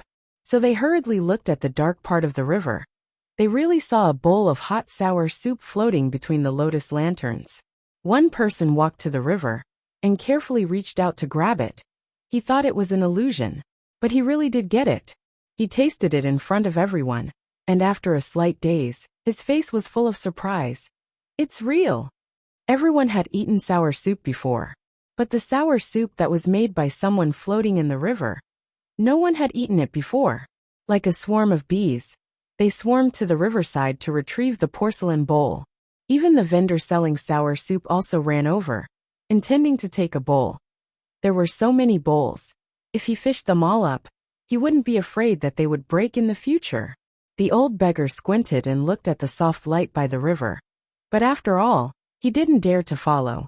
Li Yunxin stood under the willow tree with his hands behind his back, watching those people running down the river embankment, and the side of his face was illuminated by the candlelight. He watched for a while, sighed slightly, and walked to the side of the old beggar, sitting under another tree. He handed the painting in his hand to him. "You take it. But it's not something you can take. Someone will come to buy it from you. And you can take as much as you want." The old beggar barely saw what he did, and he also recognized his voice. So he was shocked and didn't dare to take it. "Ah, immortal you. It's not an immortal, it's just a trick." He stuffed the painting into the old beggar's hand, not caring that it was wrinkled. Then he squinted slightly, looking at those people under the river embankment. They are all like this. They are only visible, easy to see. A bowl of sour soup, a little money, a little power. As for the other things, I don't have time to see them. But I like you. You know what you want and why you live. He withdrew his gaze and looked at the old beggar. The old beggar fell to the ground, trying to smooth the paper that was wrinkled by Li Yunxin. But after all, he couldn't see it clearly, and he didn't control his movements. Some people who were staring at the painting in the dark felt their hearts tremble. "Don't break the painting." Li Yunxin smiled and walked slowly behind him. He pressed his shoulders with both hands, and suddenly whispered in his ear, "In this world, do you still have any worries?" The old beggar was stunned, and said after a while, "Ah, I don't have anything to worry about. It's just me." Li Yunxin asked again, "Are you tired of this world?" The old beggar was still stunned for a while, and then said, "Alas, I've lived enough. I'm just waiting for God to accept me." Li Yunxin straightened his back and asked again, "What about the human heart?" The old man was silent for a long time, and then said, The human heart is sinister. But there are always some good things." Li Yunxin smiled faintly in the light of the river. Then he let out a sigh, untied the old beggar's loose and messy hair, and slowly combed it with his 10 slender fingers. And in such an evening, in the dim light, while combing his hair, he read a poem in a low voice. "White jade capital in the sky, 12 buildings in 5 cities. Immortals touch my head. Tie my hair and receive immortality." After these 4 lines of the poem, he had combed Lao Dao's hair into a Taoist bun. The old beggar didn't know why, and didn't dare to move. And Li Yunxin looked at his white hair, and was silent for a while. He asked him, "Do you wish for immortality?" This was a very soft and low voice. But the old man caught this sentence in the warm night wind, and in the voice of the people. After a moment of silence, the beggar felt lucky, and said with a trembling voice, "I wish." Before he finished, Li Yunxin lifted him up, and pushed him on his back, and pushed him into an alley. "Then this painting is your fortune. Think about it. Do you still want to sell it?" After saying this, he waved his big sleeves, and strode away from Changmen Street like the wind. Chapter 105. The old beggar was pushed to the entrance of the alley by Li Yunxin. He steadied himself by holding the wall, and turned around to look for the immortal. But night had fallen. He could only see a hazy light, but he couldn't see anyone. Thinking of the immortal's words, he looked around subconsciously, folded the paper carefully, and put it in his pocket. But he couldn't stop it. This painting, it was not an ordinary painting. Even if it was a dozen or dozens of steps away, the brilliant painter could still see. The spiritual power on it was surging. This was a rare painting. As soon as the old man entered the alley, the people who were eating the sour soup by the river bank felt something was wrong. At first, the sour soup was delicious. But as more people ate it, the taste became bland. After dozens of people ate it, the people behind them started to eat. It tasted no different from the river water. After a few breaths of time, there were no more lanterns coming from upstream. The lanterns in the downstream gradually dimmed. The Willow River became dark again. The people who were too excited because of the miraculous event just now remembered to look for the young and handsome immortal. But he was long gone. Then they were annoyed. Why did they eat sour soup? Why didn't they ask the immortal for a talisman? But the peddler was smiling by the river. He ate 4 bowls, and was so full that he almost vomited. Then he went to collect the porcelain bowls. After collecting more than 10 bowls, He couldn't carry all of them. So he stepped on those that he couldn't carry away, not wanting to let others have it. When the group of people walked back to the river bank, he also walked back to his stall with the bowls in his arms. But after a few seconds, the people who were still talking about the miraculous event suddenly heard the peddler scream. Then they saw him sitting behind his stall, slapping his thighs and crying, "Damn Taoist priest, what you just ate was my sour soup. That bowl is also mine. I stepped on more than 10 bowls for nothing." After crying for a while, he suddenly stood up and pulled people. Don't leave. Whoever ate my bowl, give me back my money." But no one paid any attention to him. The people, who had suddenly understood, sneered, sighed, and were surprised as they avoided him and ran away. Just at this time, the old beggar was stopped in the alley. The aura of the newcomer was different from those who had been waiting nearly Yunshin for him to paint. This was a calm and steady man dressed in black. His face was covered with a black cloth, and he held a dagger in his hand. She jumped down from the corner of the alley and kicked the old man to the ground. Then she put her hand into his bosom. The beggar thought of what Li Yunshin had said before, and immediately covered his chest with his hands like a madman, saying, the immortal promised me. Come, ah." The voice stopped abruptly. As soon as the masked man heard him speak, he silently but forcefully pressed his hands against his chest and slit his throat. Clean, straightforward, and without the slightest hesitation. Her technique was beautiful. Then he stretched out his hand and carefully took the painting out of the old beggar's arms. After confirming that it was indeed a concept art, Zhang Xian rolled it up and placed it into a pouch before keeping it in his robes. Then, he casually threw the dagger beside the corpse, took off the mask on his face, and tore off the black clothes on his body, throwing them beside the old man's corpse. After doing all that, the masked man. Then, he strode out of the alley with a solemn expression. He looked left and right with extreme vigilance, and grabbed a passerby, saying sternly, "Go to the magistrate's office immediately and get someone here. There's a murder." The passerby who was suddenly grabbed was about to explode, but when he saw the man's black clothes, he didn't say anything. When he took a closer look at the man's face, he hurriedly said, "Ah, it's Inspector Een. You're, cut the crap. A murder. Go now." With that he pushed hard, and the passerby dared not say anything else, and hurriedly ran away. As for Een Pingji, he waved away a few passerby who were about to turn into the alley, and stood guard there with a gloomy expression.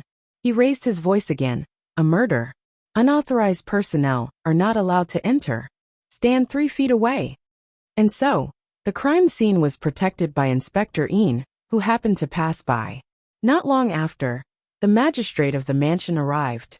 This place wasn't under the jurisdiction of Liuhe Mansion, but Een Pingji found out about this, and it was a great help to them.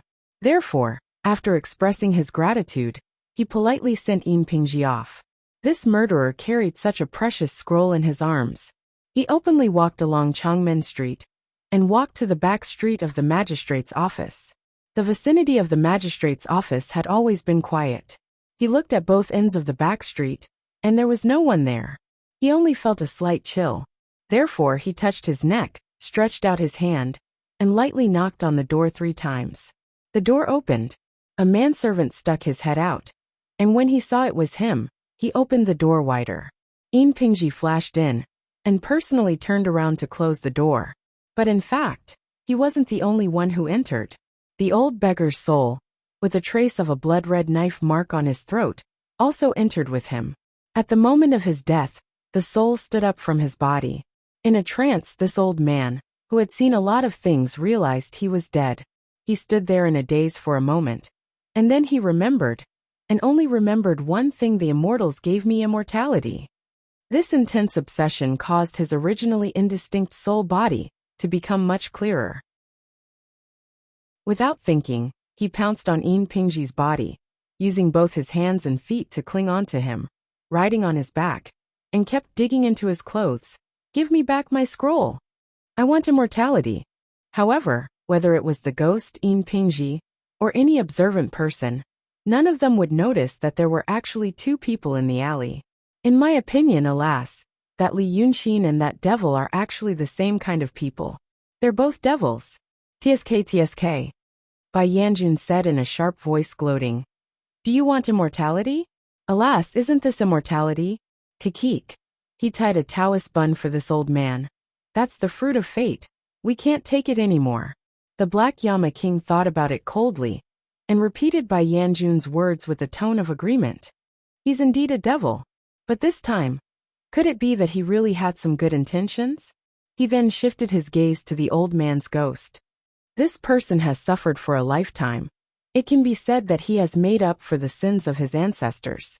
But now, it can be said that the worst of it has turned into bliss. It can be considered as compensation for the 5 lives he saved back then. From now on, it depends on his fate. Let's go. That emperor of Li Kingdom died after a quarter of an hour. Lure him there. And so this old beggar's soul, coiled around Yin Pingji's body, following him all the way to the magistrate's yamen.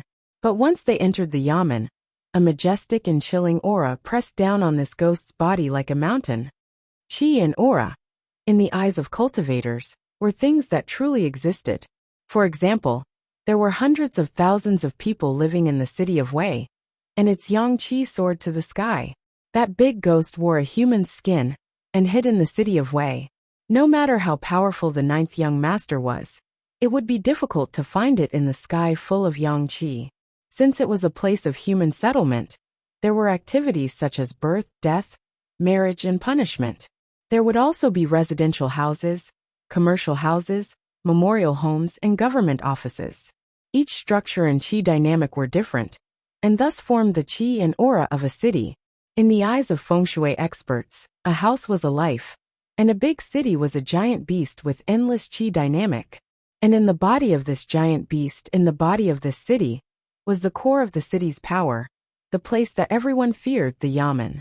Once he entered the yamen, the majestic and chilling aura pressed down on him like an avalanche. How could the old beggar's soul withstand such a strong force of humanity? Immediately, his figure blurred from the impact on Yin Pingji's back, and it was about to dissipate. But this ghost was not destined to die. An obsession remembered that the immortal gave him a painting and wished for immortality, and rushed to the chest again. His figure was blurred like a candle in the wind. At this time, he pounced again, and actually pounced into the chest like a puff of smoke. Then on the riverside of the Upper Yuan painting, an old man's figure appeared. Chapter 106. Yin Pingji was led into the door by the servant, but he wasn't in a hurry to leave. He followed the servant to a craggy rockery and asked, "How did official Zhao do today?" The servant's eyes were red and swollen, as if he had just cried. He said in a hoarse voice, "These few days he beat and scolded everyone he saw. He doesn't love me anymore, and has been spending the night at Madame Sun's place. I don't know the details." Yin Pingji thought for a while and said to himself, "Madame Sun. Her father is the 3rd imperial censor. He went to please her. Did anyone else come these few days?" The servant rubbed his eyes. "I did as 3rd uncle said, and paid attention to the horses in the yamen stables. I really did see a long-haired horse from the north. Someone from the north must have come. After that person left, official Zhao didn't seem so distressed anymore, I guess. Good. Yin Pingji let out a sigh of relief. Someone from the Zhao family came. Our magistrate is after all a member of the Zhao family. Then this painting of mine will be like charcoal in snowy weather. You lead 3rd uncle in, don't cry. Your cousin's revenge, humph." The servant heard this and hurriedly looked up with wide eyes. "Revenge? 3rd uncle, do you know who did it?" Yin Pingji gritted his teeth. "I can't tell you right now. Just lead the way." The servant wanted to ask more, but he knew that his 3rd uncle didn't have a good temper. He could only sigh in his heart for his bitter sister Yin, wiped his eyes with his sleeve, and led Yin Pingji through the back garden. When they reached the back room, the servant said, "3rd uncle, wait a moment. Official is inside, I'll go report." But after a quarter of an hour, the servant came out, covered his face and said, "Official's temper is still not good." But he finally agreed to see 3rd uncle. "When you go in, be careful." Yin Pingji didn't wait for him to finish and casually agreed, walking to the door. He slightly tidied up his clothes, straightened his hat, pushed the door open, entered, closed the door behind him, and walked 2 steps forward with his head held high. Magistrate Zhao was sitting in front of the table.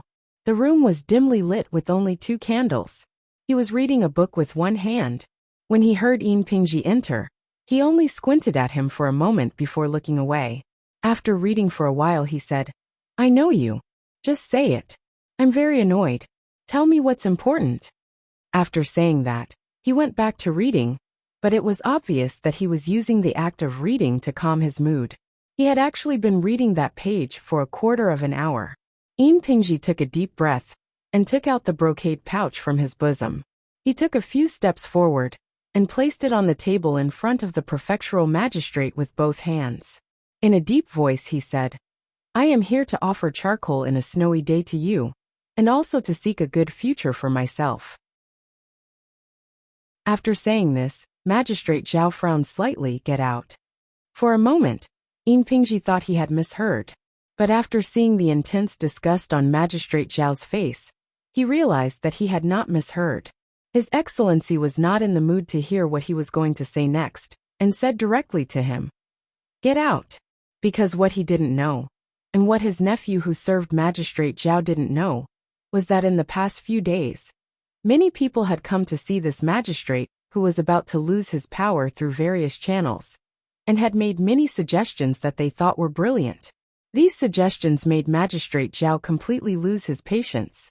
2 hours ago, someone had suggested to this magistrate to take the city of Wei to conquer the world. This person was now stripped naked and locked in the prison. As a result, when Yin Pingji said what he believed to be a sudden clap of thunder, the prefectural magistrate knew the reason for his visit. Get out. But he still tried to make a little effort. He didn't get out obediently, but quickly opened the brocade pouch on the table, took out the picture scroll, and unfolded it. With an eager and expectant tone he said, "Your Excellency, look at this picture. The painter said it's a rare scroll." Magistrate Zhao stared at the page for a while, then slightly frowned and glanced at the picture. Then he turned his head and continued to read, while using one hand to take the picture, shook it, coughed, and put it in front of his face. After looking at it carefully for a while, he said, "Why do you say it's a rare scroll? Such a rare scroll? I saw him make it with my own eyes. It was made by that Li Yunqin." Yin Pingji said hurriedly, "After making this picture, that Li Yunqin went to the river. I watched him for 3 days. I was afraid of missing out, so I brought a knowledgeable painter with me. That painter said it's a rare scroll. I think it's not wrong. I came to present it to you." He told her the whole story in an urgent and methodical way, including the fact that he had killed the beggar. The prefectural magistrate listened quietly, thought for a while, and put down the scroll in his hand. Then he stared at him in the dim candlelight. "You have courage, but I can't even protect myself at this time. What future do you want from me?" At the end of his words, Yin Pingji knelt down on one knee and said, "Although I am an official, fortunately I have many friends, so I am not ignorant. So I know that you are from the Zhao family. You are from the Zhao family in the north. It is said that this world belongs to the Son of Heaven, but there are also people who say that this world belongs to the Zhao family. I don't know too much inside information, but I do know that since the establishment of this dynasty, among the 34 virtuous officials who have entered the Taishu Pavilion, 26 of them have the surname Zhao. Knowing this, I know that you will definitely not lose power. Even if you have to temporarily avoid the limelight, be demoted, or lose your official position, there will be a day when you will rise again. I am 43 years old this year, and I am an official by birth. I am illiterate. Being a constable in Liuhe Prefecture is already the end of my road, and there is no possibility of advancing. So I know that if I want to have any achievements, I must take an unconventional approach. You, my lord, are my unconventional approach." After saying this, he bowed deeply. After a while, he heard Lord Zhao say, "You think your words are like a clap of thunder, making me feel that you are a novel, interesting, and unusual person? Stupid. If it wasn't for the sake of your painting, I would have killed you on the spot based on the words 'this world belongs to the Zhao family.' The Zhao family of the north has received the emperor's kindness for generations. He cupped his hands towards the north and said sternly, "This world belongs to His Majesty. How can there be a second way?" He then softened his tone. "If you say this in front of me again, I will definitely not forgive you." Yin Pingji was slightly stunned. Then he took a deep breath and said with a trembling voice, "Thank you, my lord. Yin Pingji is willing to serve you." But the magistrate looked at him meaningfully for a while, then said, "I know you. In the past, when Li Yaoxi came to my prefecture to discuss matters, he always praised you, saying that you are steady and experienced. But today, why did you say these words so abruptly? You don't sound like a constable of a prefecture, but more like those frivolous children." Yin Pingji slowly raised his head, looked at Lord Zhao, and said in a low voice, "I will let you know, my lord, these days I have also." "That's true." He took a few more deep breaths, calmed his emotions, and then continued, "These days my heart has also been like a knife being twisted in my heart. I have a niece who I dote on the most. That niece used to be on good terms with Li Yunxin. I've had dealings with that person before." When talking about these things, Yin Pingji explained in more detail. There was no wind outside the room, but the candlelight in the room rose straight up, without the slightest tremble. When the magistrate heard him talk about Li Yunxin, his expression was very calm. When he finished, the magistrate frowned and said, "You mean this Li Yunxin killed Li Yaoxi in the court in front of 2 cultivators?" "Yes. At that time, I didn't know he had connections with the Langya paradise. I only thought he was a wild Taoist with some tricks. But now that I think about it, that matter must have been done by him. It's just that the cultivation of those 2 cultivators was too shallow. I couldn't see it." "You also said that that night, Li Yunxin went to your niece's house. How did you know about this?" Yin Pingji hesitated a little. There was a young man who really liked my niece. Later he told me." "Oh, so you said he went to your niece's house and left. The next day you found your niece, only a broken limb was left? So you think it was that Li Yunxin who did it?" The magistrate was silent for a while. "This person's identity, that kind of means, is not impossible. But what do you want? Even I have to temporarily avoid Ling Kongzi. That girl wants me to interrogate myself? Ha! She doesn't know that there is an unwritten rule between the Daqing state and the Daotong. The Daotong can't touch officials above the 5th rank. At least not like this. She wants me to interrogate myself? Ha! That's the biggest joke in the world. But since I also have to temporarily avoid the brunt, what do you want to do? That Li Yunxin's background is not smaller than Ling Kongzi's. I can't help you. Indeed, I can't do anything to him." Yin Pingji said hatefully. "But he touched my heart. How can I let it go like this?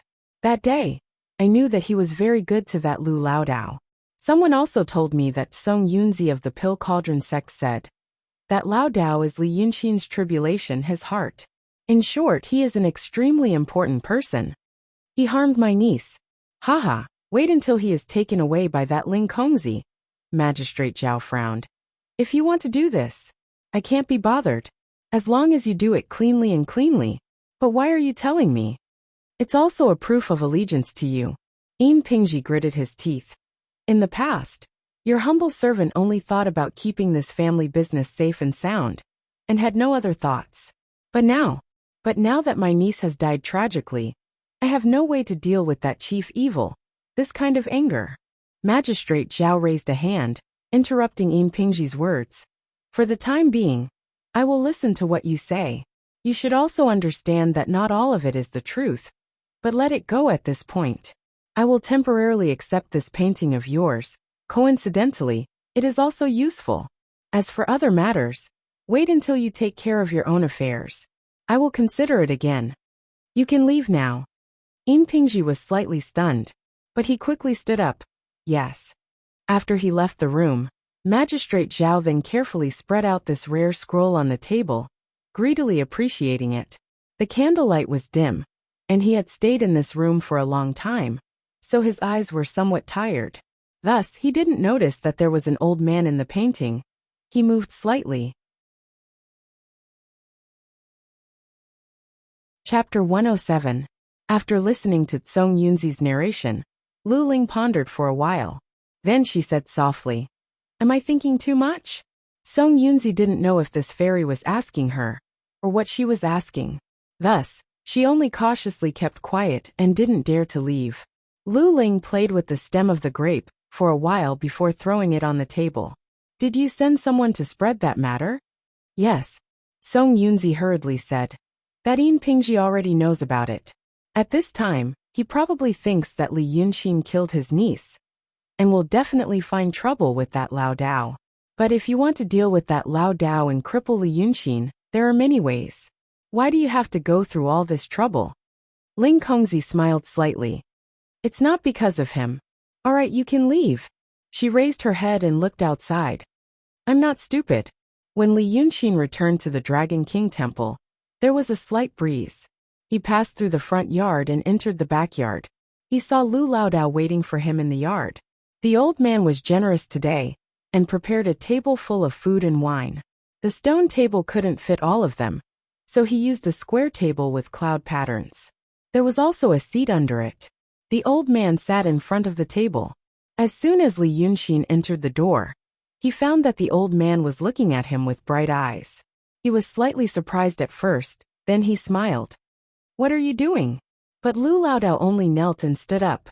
He poured 2 cups of wine and said in a solemn and serious tone, "Brother Xian, come and sit." Li Yunxin shook his head. "It's so formal." But he still walked to the seat, took off his shoes and sat down. The banquet was set next to the pond in the small courtyard, and there was some steam.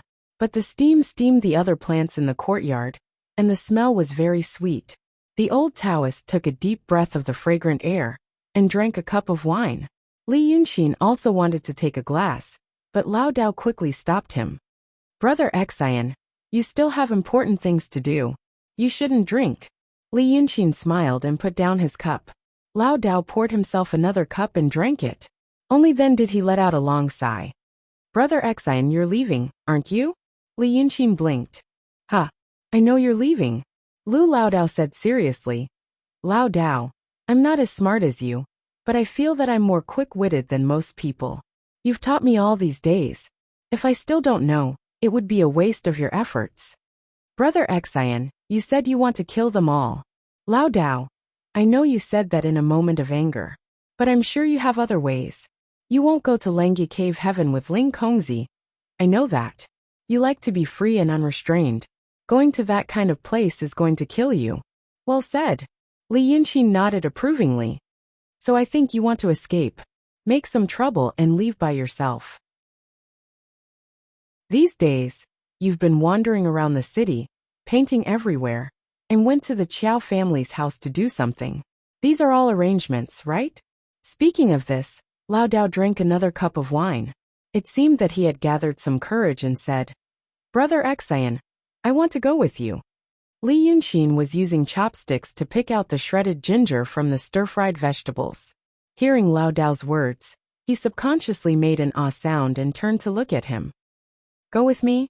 Brother Xian, don't think that I Lao Dao am afraid of trouble." Lu Laodao stared at him with wide eyes and a very serious expression. So Li Yunxin knew that this little old man drank 3 cups of wine and got drunk again. "Lao Dao, my surname is Lu.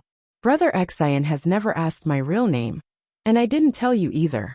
In fact, my real name is Lu Gongzan." Lao Dao said this and paused, looking at Li Yunxin with a little expectation. But when he found that Li Yunxin didn't have any feelings about this name, he sighed. "Oh, I'm confused. At that time, you were, Lao Dao's most famous time was more than 30 years ago. At that time, alas, I used to be, near the city of Wei, a well-known leader." Brother Xian should also know what he meant by master. "In fact, I was a bandit. When Shirquizi told you about my past, I was just coaxing her. When I was young, my family was poor, but I was smart. I learned some tricks of the Jianghu, learned some words and mingled with a group of ruffians. I felt that God was being unfair to me. How could a smart, literate person like me not be able to make a name for myself and live in poverty? I had a dispute with a rich family in the village and accidentally stabbed him. I was afraid that the government would arrest me, so I ran away. Then, I met Meng Ao. At that time, He was about 20 and learned some martial arts. Although I didn't know martial arts, I wasn't a pedantic scholar. We were like old friends at first sight, and said that there were so many injustices in the world. Why not do justice for God? Hearing this, Li Yunqin smiled slightly, raised his thumb, and continued to eat slowly. Lao Dao drank another cup of wine and laughed. Hee, do justice for God. We had good intentions. We heard that the rich were heartless, so we went to kill them. We heard that there was a group of bandits, so we went to kill them. Sometimes, we pretended to be escorts, and walked back and forth on the mountain roads, and killed those who came to rob us.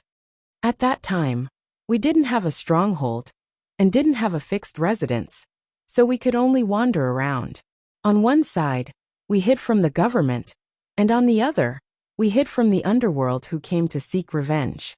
There were more than 10 of us, and we were brave. That Meng Ao was skilled in martial arts and killed many people, so people called him the man-killer ghost. I didn't know martial arts, but I made plans and left everything to them. They called me the ghost teller. The ghost teller Lu Gongzan. At that time, in the underworld of Weicheng, who didn't know my name. Lu Laodao closed his eyes and immersed himself in the past for a while. Then he knelt down again and sighed. Then something happened. In the past, when they went to do something, I was the one who planned it. My brothers were afraid that I didn't know martial arts and would make an accident, so they only asked me to guard the rear. One day, I drank too much, so I followed them. That time, it was a rich family who killed a tenant farmer for the autumn rent. When my brothers heard this, they said they wanted to get rid of the evil. I pretended to be a teacher and went to the village where that family was located to investigate for 4 days, and came back with a plan to attack from within and without. Until that day, everything went smoothly, and I was also there. But at that time, when I saw them kill people, I felt unhappy. That person's first wife and several concubines were all killed, and they even wanted to kill his only son. I said, what does it have to do with this child? Meng Ao said to cut the weeds and eliminate the roots. Anyway, in the end, I also knew that they killed people, but I only listened to them.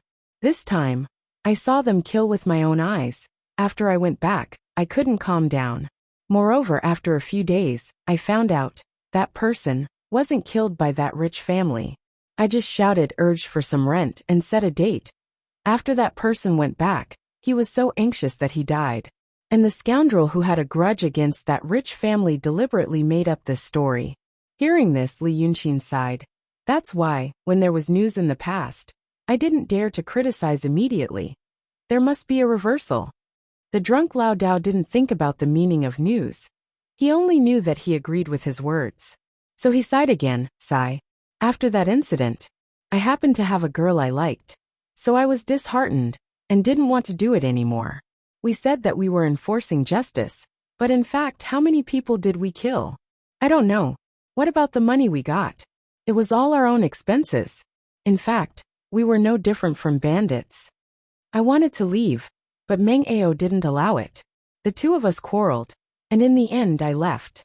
After marrying that girl, I bought some land with the money I had, and I could be considered rich. So 3 years passed. After 3 years, I had a son and a daughter. I gradually forgot the past, and no one could find me. That year, when the new year was approaching, I went to the city of Wei to buy some New Year goods. It took me 2 days to go back and forth, so I stayed in the city of Wei for 1 night. I went back the next night. Went back. When Lu Laodao said this, he kept repeating these 2 words with his eyes wide open. Li Yunqin sighed in his heart, put down his chopsticks, and poured him a glass of wine. Lu Laodao took it and drank it.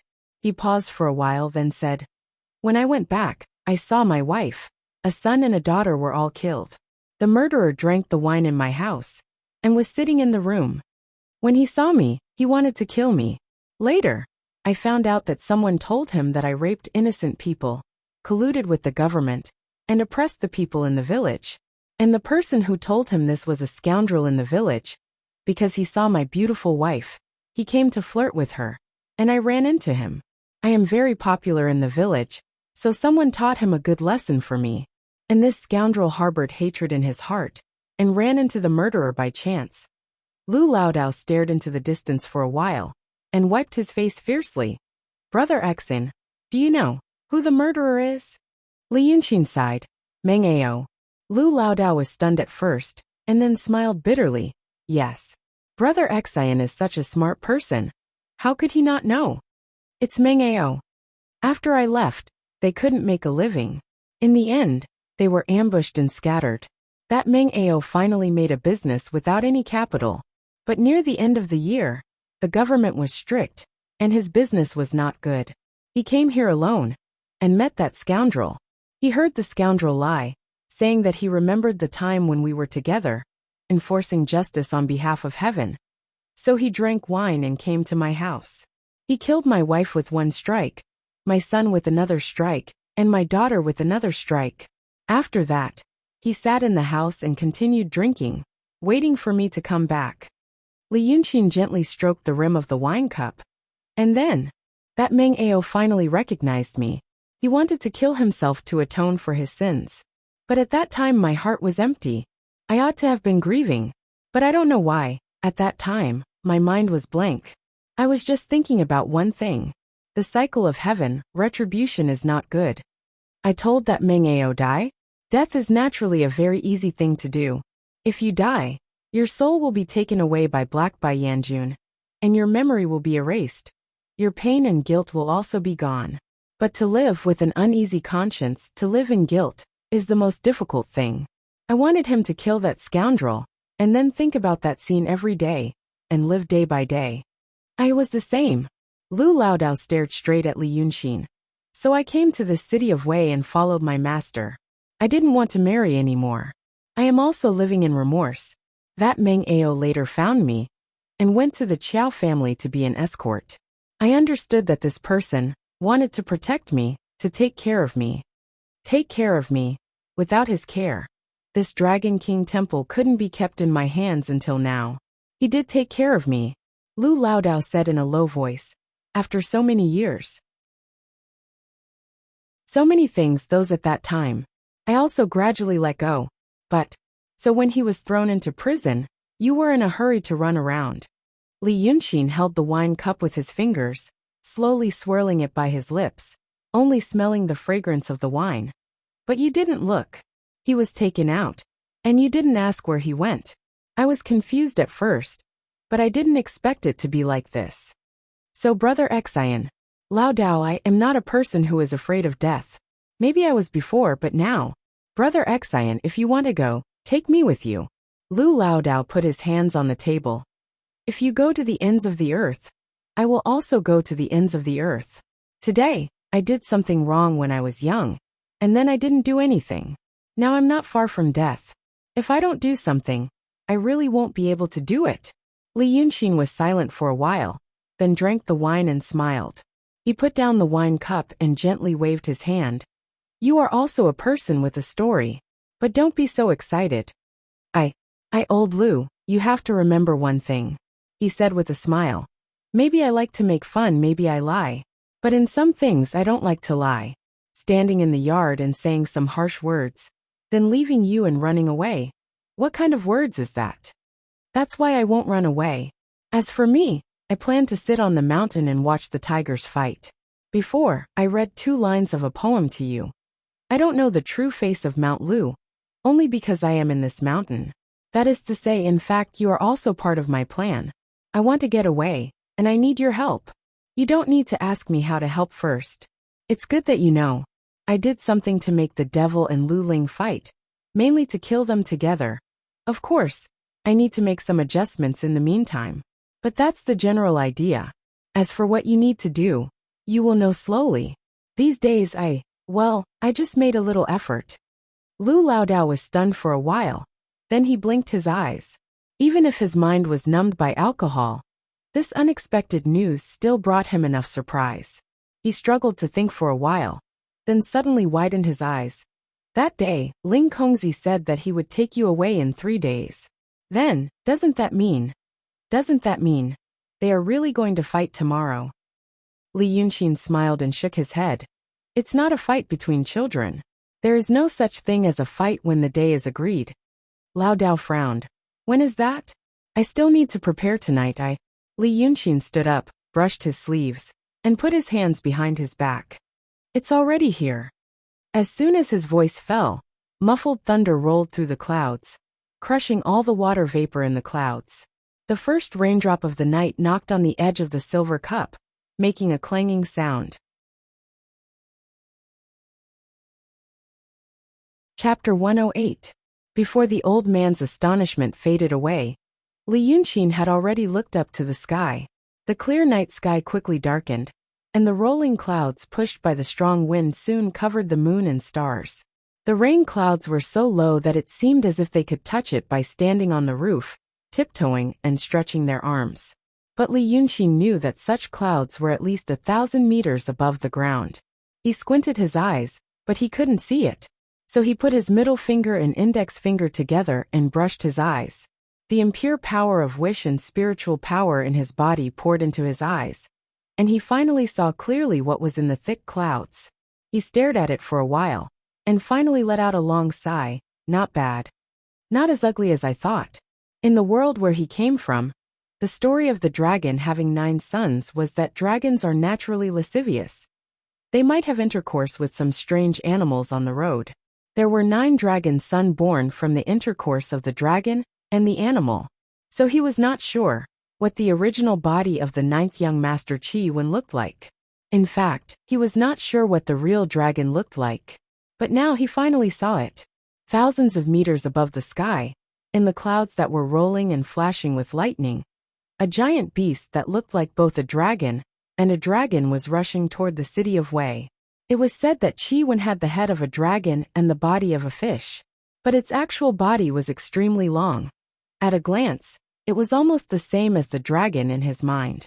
But if he looked carefully in the flickering lightning, he could still see that there was a long dorsal fin on its back, not the hair of a dragon.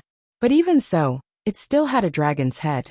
It really had a pair of antler coral-like horns, shining brilliantly in the flickering lightning. 2 extremely long and seemingly extremely soft and tough whiskers fluttered at the side of its body, glowing with a faint golden light. Its horns were a dark steel-green color, and its sideburns were a snow-white color. Li Yunxin looked at it for a while, and smiled in surprise. This color is really trendy. After the first drop of rain fell, it quickly became a downpour. It was the first time for Li Yunxin to see the dragon sun summon clouds and bring rain. Every time it breathed heavily, clouds and mist rose from its nostrils and swelled with the wind, turning into dense rain clouds that couldn't be dispersed. Every time it shook its body, there would be electric snakes slithering out from between its scales and rolling through the dark clouds. It came with wind and thunder, and by the time Li Yunxin had said 3 sentences, the rain had already drenched his entire body. However, he wiped his face and laughed out loud. How satisfying! Then he waved his hand towards the house. Sword. As soon as he finished speaking, a bolt of lightning cut through the dark night and shot straight into his palm. Li Yunxin held the sword given to him by Bai Yunxin, then casually flung it in front of him. He then knelt down on the wet mat and closed his eyes.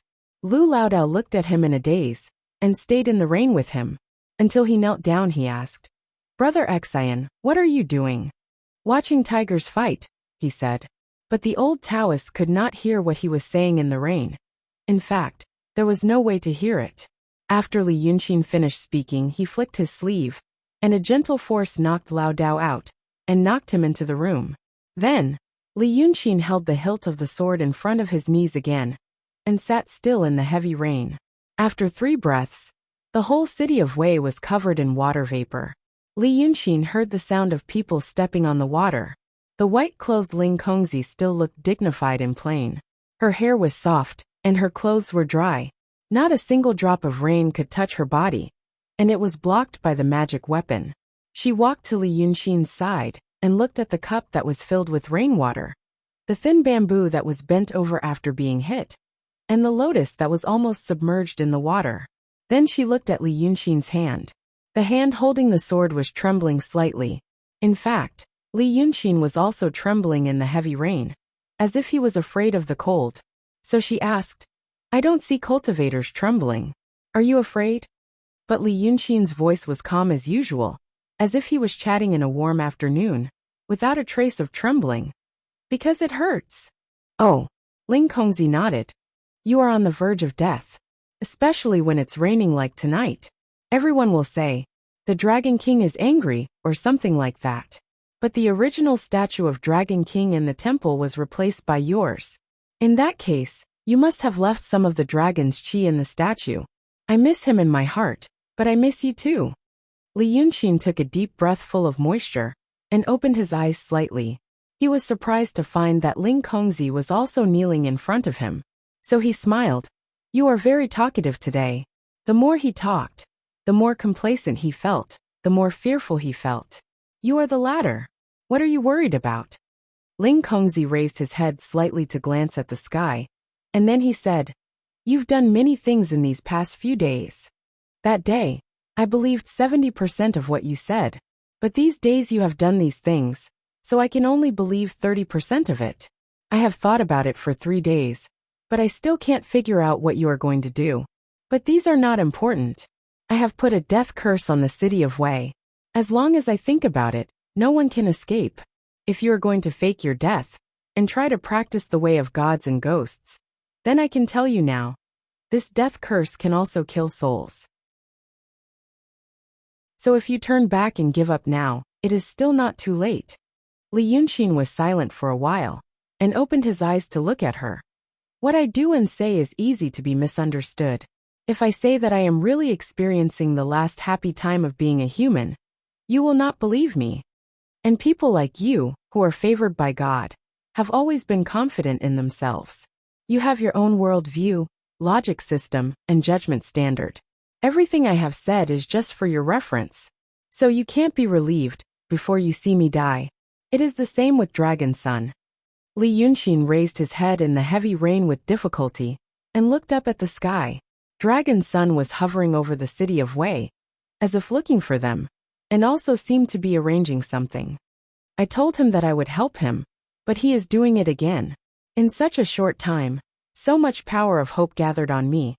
I will become very painful, and my ability will be greatly reduced. So, in fact, he does not completely believe my words. Both of you said you believe me, but in fact you do not. But it doesn't matter. When you see my soul dispersing, you will no longer doubt me. As Li Yunxin said, he grabbed the slender white sword with his trembling hand. Since you have confidence in yourself, what are you waiting for? It seemed that because of the severe pain, his hand slipped on the edge of the sword when he held it. The extremely sharp blade easily cut through his hand, and cut off his little finger like cutting tofu. As for Li Yunxin, her face actually revealed a slight expression, as if a heavy burden had been lifted from her shoulders. So Ling Kongzi realized, he was really in pain. It was so painful that compared to the pain of his finger being cut off, and then being drenched by the rain, it was a kind of enjoyment. Chapter 109.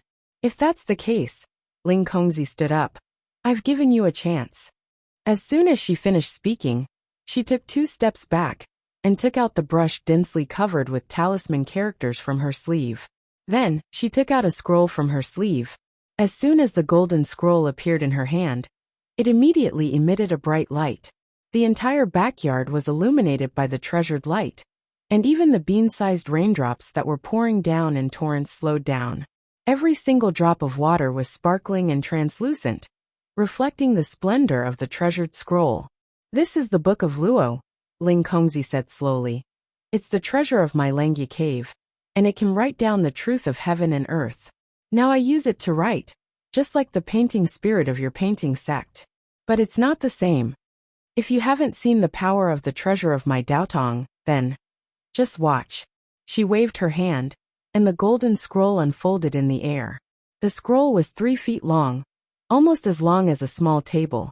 It was empty, and there was only a blank piece of paper with a misty green light on it. As soon as the Book of Luo appeared, the aura of treasure shot up to the sky, and the brilliance was bright. The entire Dragon King temple suddenly became the brightest place in the city of Wei. When the Dragon Sun saw the treasure light, It roared angrily and dived down with the wind and thunder. Its real body, if laid horizontally on the ground, could stretch for 2 miles, the same length as the entire Taoshi Road. Now the full force of the giant beast's dive suddenly exploded in the air with the sound of rolling thunder. The rain and clouds were wrapped up by him, and between the layers of clouds there was a bright flash of lightning.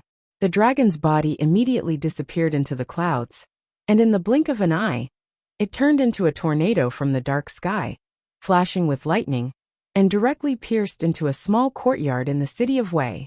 Li Yunqin looked up at the clouds, and only felt that the whole world was pressing down. From a very far distance, it was just a slender branch that came down from the clouds.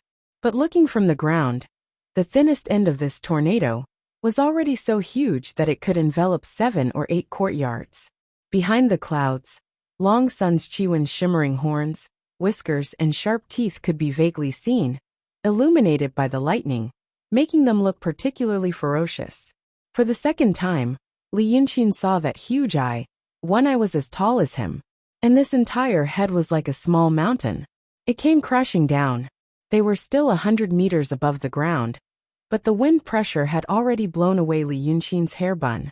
Even the square table in the courtyard, along with the bowls and plates on it, were torn to pieces.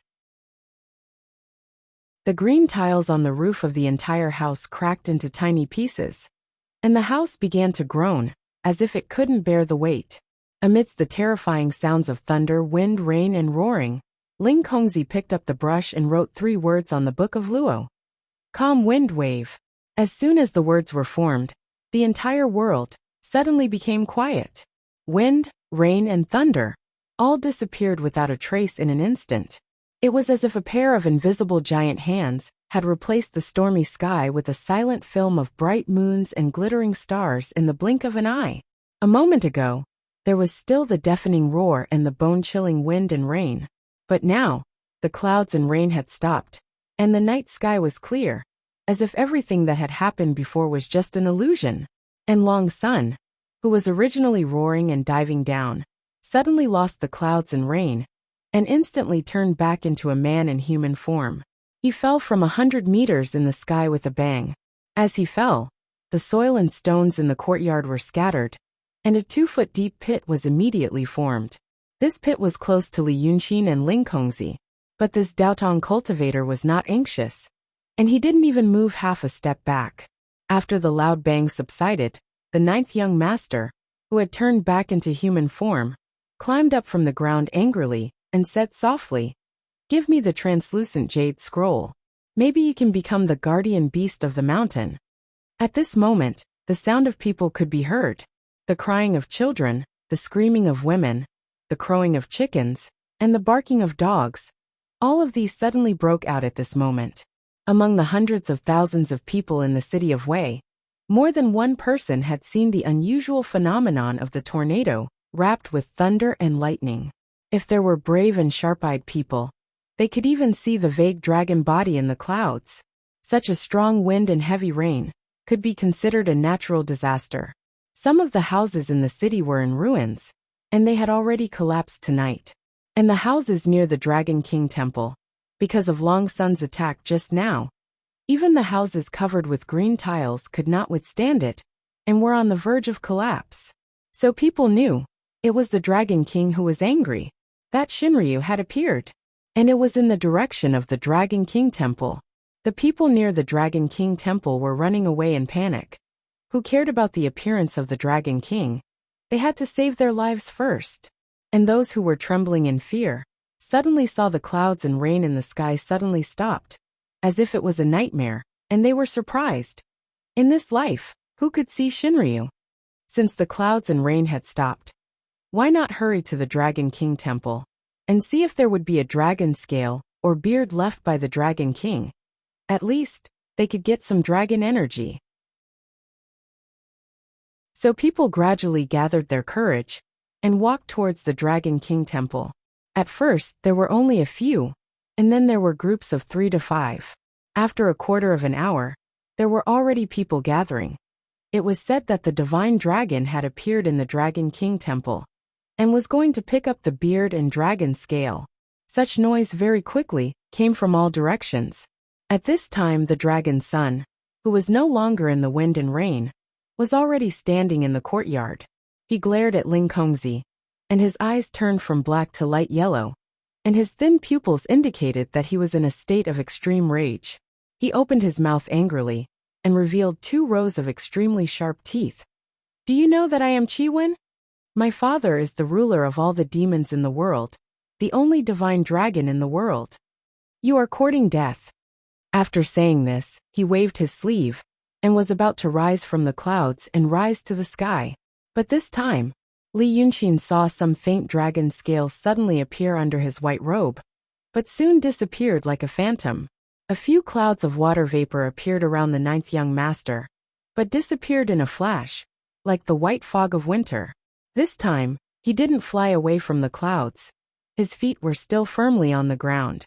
But Ling Kongzi stretched out his hand, and gently combed a strand of hair beside his ear, and looked at Dragon's son. The storm has been settled. Where do you want to go? You are born with the body of a great demon, and ordinary people can't do anything to you. Even if I am at the peak of the transcendent state, I can only injure you. But today, I brought this magic treasure, and also set up a magic array.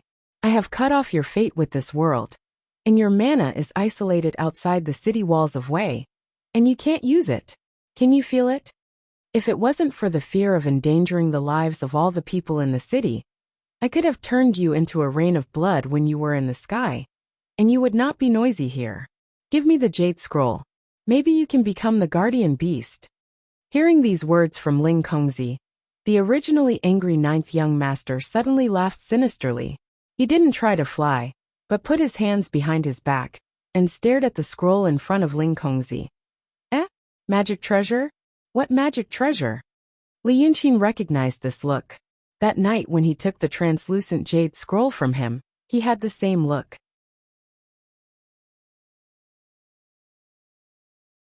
Chapter 110. The great demon didn't seem to take Ling Kongzi's words seriously. Ling Kongzi shook her head gently. Stubborn. She knew that demons were different from ordinary people. Even if they looked like humans and were more agile than humans, it was hard to get rid of their beastly nature. For instance, a cat is staring intently at something, and if you make a noise somewhere else, or put a little thing that will attract its attention, it will immediately turn and run away, forgetting all about it. A great demon like 9th young master felt that he was strong, but also had a wild nature. Ling Kongzi just took it as his bestial nature acting up, and could not be bothered with him. Instead, she turned to Li Yunxin. Did you see that? This is the power of Daodong's magic weapon. In this city, fate will be cut off. His life and death are in my hands. You are a good painter, a Taoist painter who can make treasured scrolls. That's why I tolerated you doing so many things in the city. When you were in Xianghua House, you said it very well. You are very useful. The things you said to me before, such as sacrificing yourself for him, I didn't believe it. Now I'm telling you these things. If you still have other thoughts, such as continuing to live and cultivate, then don't do stupid things. Here I'm giving you a chance to live. The first chance I gave you was in Xiao's house. The second chance I gave you was in Xianghua House. Now this is the third chance I'm giving you. I have a good impression of you, and I don't want you to end up with your body and soul destroyed. So I watched you do those things and tolerated you until now. It's to let you see what I Daotong can do, and how powerless your schemes are in front of such power. But Li Yunxin just sat there with his hair down, with the sword on his knees. Because he lost too much blood from the wound on his little finger, his lips were a little pale. He opened his eyes and slightly raised his head to look at Lu Ling. His long eyelashes were trembling, and his whole body was trembling. After looking at her for a while, he said with difficulty, "Believe it or not, it's up to you." Lu Ling looked at him for a while before letting out a low sigh. "There's one more thing. Do you know? I sent someone to tell Yin Pingji, Taoist Lu, this is your Taoist heart." Naturally, he doesn't know what a Taoist heart is, but he knows that it's a person who can make you wish you were dead if you're killed. It doesn't matter what method you use, whether it's a real death or a fake death. The day you die, Yin Pingji will come and get rid of him. If you really want to die, then I'm just being paranoid, and want him to accompany you. If you are indeed plotting, are you willing to lose your Tao heart, or this tribulation? Li Yunxin closed his eyes, and thought for a while before opening them again. You used to be a little white flower. How did you become a scheming bitch? Is it because I told you in Xianghua Tower that he might be my Tao heart or Tao tribulation, that you're thinking about him? But you always say that Tao Tong is awesome. There are countless ways to mess with me, so why bother making things difficult for him? Actually, what else do you want to do? Lu Ling seemed to smile slightly. You're a smart person after all. You're not the only one who can use a scheme to kill two birds with one stone. That magistrate has cruelly harmed the common people, but I can't use this to deal with him. But if his subordinates kill cultivators, this Taoist Lu, you should have taught him the heavens will technique. Then it's Dao Dong's business. I'm doing it for him, but also for more things. It's just that you ran into it. Li Yunxin sighed. I understand. That person bending the law for personal gain is just an excuse. You or someone behind you is plotting more things. You'll have to deal with him eventually. But you've said so much. Is that all you want to say? I always feel that you're stalling for time. Ling Kongzi laughs softly. Indeed, severing fate fruit and killing living souls are both against the harmony of heaven. Since it's against the harmony of heaven, let heaven do it. It's better for humans not to interfere. It's now the hour of the Su, the time when the righteous cultivators of heaven and earth patrol the human world. It's the most suitable time to kill this demon. She finally turned to the ninth young master. Since you're not willing to hand over the jade slip, I'll deal with you and take my time to find it. As soon as she finished speaking, she heard the sound of the wall collapsing. The courtyard wall of the Dragon King Temple was already on the verge of collapsing when the ninth young master's real body swooped down from the sky. At this time, after being soaked in water for a long time, it finally couldn't support itself and collapsed.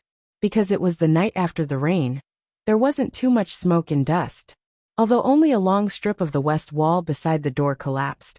But the crowd outside the wall could already be seen. In the courtyard, the brilliance of the ancient books suddenly poured out, covering a large part of the street. In such an era, at such a time, to see such brilliance, and to see the person standing in front of the scroll. The people who came to the Dragon King Temple to watch the fun were stunned for a moment, and then they exclaimed in a low voice like a breeze. The immortal had appeared. Some recognized that Li Yunxin was the one who walked around the city recently and created such a miraculous scene in the Willow River, so they thought that the strange scene tonight was most likely caused by this immortal. But there were also some clever ones who felt that the atmosphere there did not seem to be right. It did not look like the immortals were praising the breeze and the bright moon, but more like the immortals were fighting, so they were wavering between staying far away and taking a good look at this rare spectacle. Until they saw the female immortal, with a blurry face, raise her left hand to the top of her head. Like pulling out a transparent hairpin, she pulled something out. Then a green light flashed on Ling Kongzi's body. At this moment, she actually completely changed her appearance. It was a plain white dress with a simple Taoist bun. But at this moment, she finally revealed her true appearance. It was a pink palace dress with big sleeves, a gorgeous cloud bun decorated with jewels and gold jewelry, a pendant decorated all over her body, and a face that was incomparably beautiful, like that of a goddess. When they saw this kind of attire that could only appear in paintings, and this kind of appearance that was difficult to imagine unless they saw it with their own eyes, the ordinary people outside the courtyard instantly became deathly silent. However, in the next moment, they knelt on the ground in unison and started shouting and praising in a disorderly manner. But Ling Kongzi didn't care about those ordinary people. She just slightly turned her face to look at Li Yunxin. However, the latter didn't seem to have much special feelings about her true appearance. He just slightly raised his eyebrows. She looked solemnly at the dragon's son who had been imprisoned in the pit. Your time has come. Then, she shook her left hand gently, and an invisible shadow stood on the ground. In a breath's time, this shadow slowly became clear. It was actually the appearance of the plain and unclear Ling Kongzi from before. At this time Li Yunxin, who had been looking at her coldly, finally asked, "What kind of treasure is this?" A subtle and strange feeling of satisfaction flashed through her heart. Lu Ling hesitated for a moment, but still raised her head slightly, coldly looked at Li Yunxin, and said, "This is a feather robe. When worn on the body, in addition to repelling external evil and hiding one's appearance, it can also absorb people's essence, qi, and spiritual power. When the time is right, take it off, and temporarily give birth to another you. Although it can't last long, but during this period of time, you can do many things. For example, bear this fruit of fate that goes against the harmony of heaven." Then, she lightly waved her hand and said in a low voice, "Go." After saying this in a low voice, Ling Kongzi, who was dressed in splendid palace robes, suddenly took a step back, giving up the position of the Book of Luo. And the doppelganger Lu Ling stepped forward and grabbed the talisman brush suspended in mid-air. The brush moved like dragons and snakes, and in one breath he wrote 3 words. "Golden Wrong Blade." Once the words were written, the treasure scroll immediately emitted a green light. In the pit, around the 9th young master, 4 golden-armored strong men suddenly appeared out of thin air. These 4 strong men occupied the front, back, left, and right of the 9th young master, and each of them held a cold saw wrapped in gold. Their eyes shone brightly, and they chanted in unison, "The 4 directions night-wandering gods are here, under the order of the celestial master, slaying evil." Their voices were like a great bell, reverberating for several miles, scaring the surrounding commoners into kowtowing like pounding garlic. Even their voices could not be heard. As soon as the 4 strong men's voices fell, the 4 cold saws chopped down towards Long Sun's head. This was imposing momentum, unparalleled killing intent, gods and ghosts flee, and turbulent wind and clouds. With a loud noise, a cloud of dust suddenly rose from the pit and soared into the sky. The flying debris hit the broken walls and bamboo, making a cracking sound. It made people wonder if there was a demon's flesh and blood mixed in it. As for Ling Kongzi, after taking a step back, she only stared at Li Yunxin, who was kneeling on the ground, without a moment's distraction. After the 4 strong men killed with all their might, and the cloud of dust rose, she said in a cold voice, "Are you sure you don't want to think about it? Now you have seen it. If I, Daotong, kill this dragon son with my magic weapon, it will be like a little girl. Does she really think that with this thing she can do anything to me?" However, her words were suddenly interrupted by such a sentence that was filled with killing intent, anger, and coldness. Ling Kongzi turned around right away, and took 2 steps back successively, before withdrawing a bright and golden brass small mirror from his sleeve. After that, he looked at the pit where the dust and mist had already dispersed. 2 pairs of jet-black antlers had already sprouted from Long Zishi's forehead. His clothes were torn and tattered, revealing a body of steel like scales underneath. His hair had turned white like the hair on his real body. On both sides of his cheeks there were tattoos and small scales.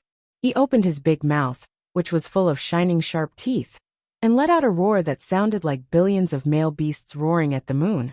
"I am Wei River Dragon King."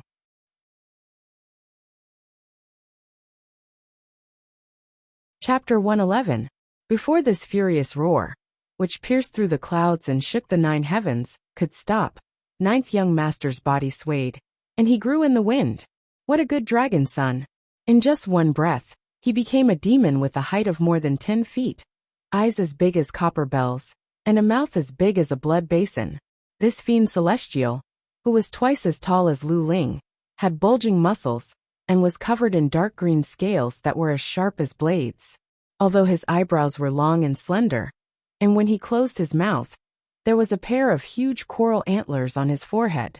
The dragon antlers were bright red, as if every branch was smeared with human blood, and would flow down the next moment. The hair on his head was snow white, which made the pair of antlers even more dazzling. As soon as the dragon's son showed his demon body, the mortals outside the temple were shocked. People talked about immortals, ghosts, and demons. But how many of them had actually seen a demon? Not even 1 in a million beasts possess spiritual intelligence. Even if they do possess spiritual intelligence, those who commit evil acts in the human world but have low cultivation base, have long been eliminated. Those with higher cultivation would have understood the ways of the world. They would either play some tricks and pretend to be a living god to collect incense, or they would still do evil, but not be too arrogant. Even a big demon like the ninth young master, although he ate humans openly, would not appear in the city during the day. If he really angered the Daotong Kenzo, he would not be able to get away with it. After all, humanity was flourishing in this world. Even a big demon who knew everything in the world could not go against the law of nature. But at this moment, the dragon son showed his human Dharmakaya in front of the people of the city of Wei. As soon as he appeared, the surrounding area was filled with green light and misty water vapor. He really looked like a demon that had leaped out of hell. Yan Wei scared the people outside the temple so much that their legs turned to jelly. They didn't even have the strength to run for their lives. They could only kowtow like pounding garlic, begging for help. This dragon Z let out a laughter that was as loud as a bell. Using his golden eyes to stare at Ling Kongzi viciously, he tilted his head slightly and looked down at her. You stupid Taoist. Broken fate fruit?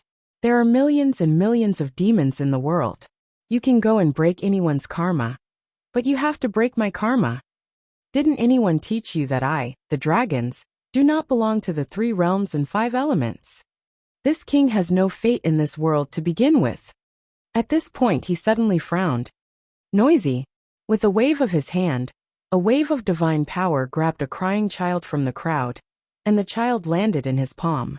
Before Ling Kongzi could react, the demon clenched his fist and raised his head. He swallowed the child's blood that flowed out from between his fingers. He clenched his fist a few more times. When he could not squeeze any more blood out, he threw away a pile of flesh and bones that could no longer be seen. The moment the child's screams came to an abrupt end, the crowd near the Dragon King temple also fell silent.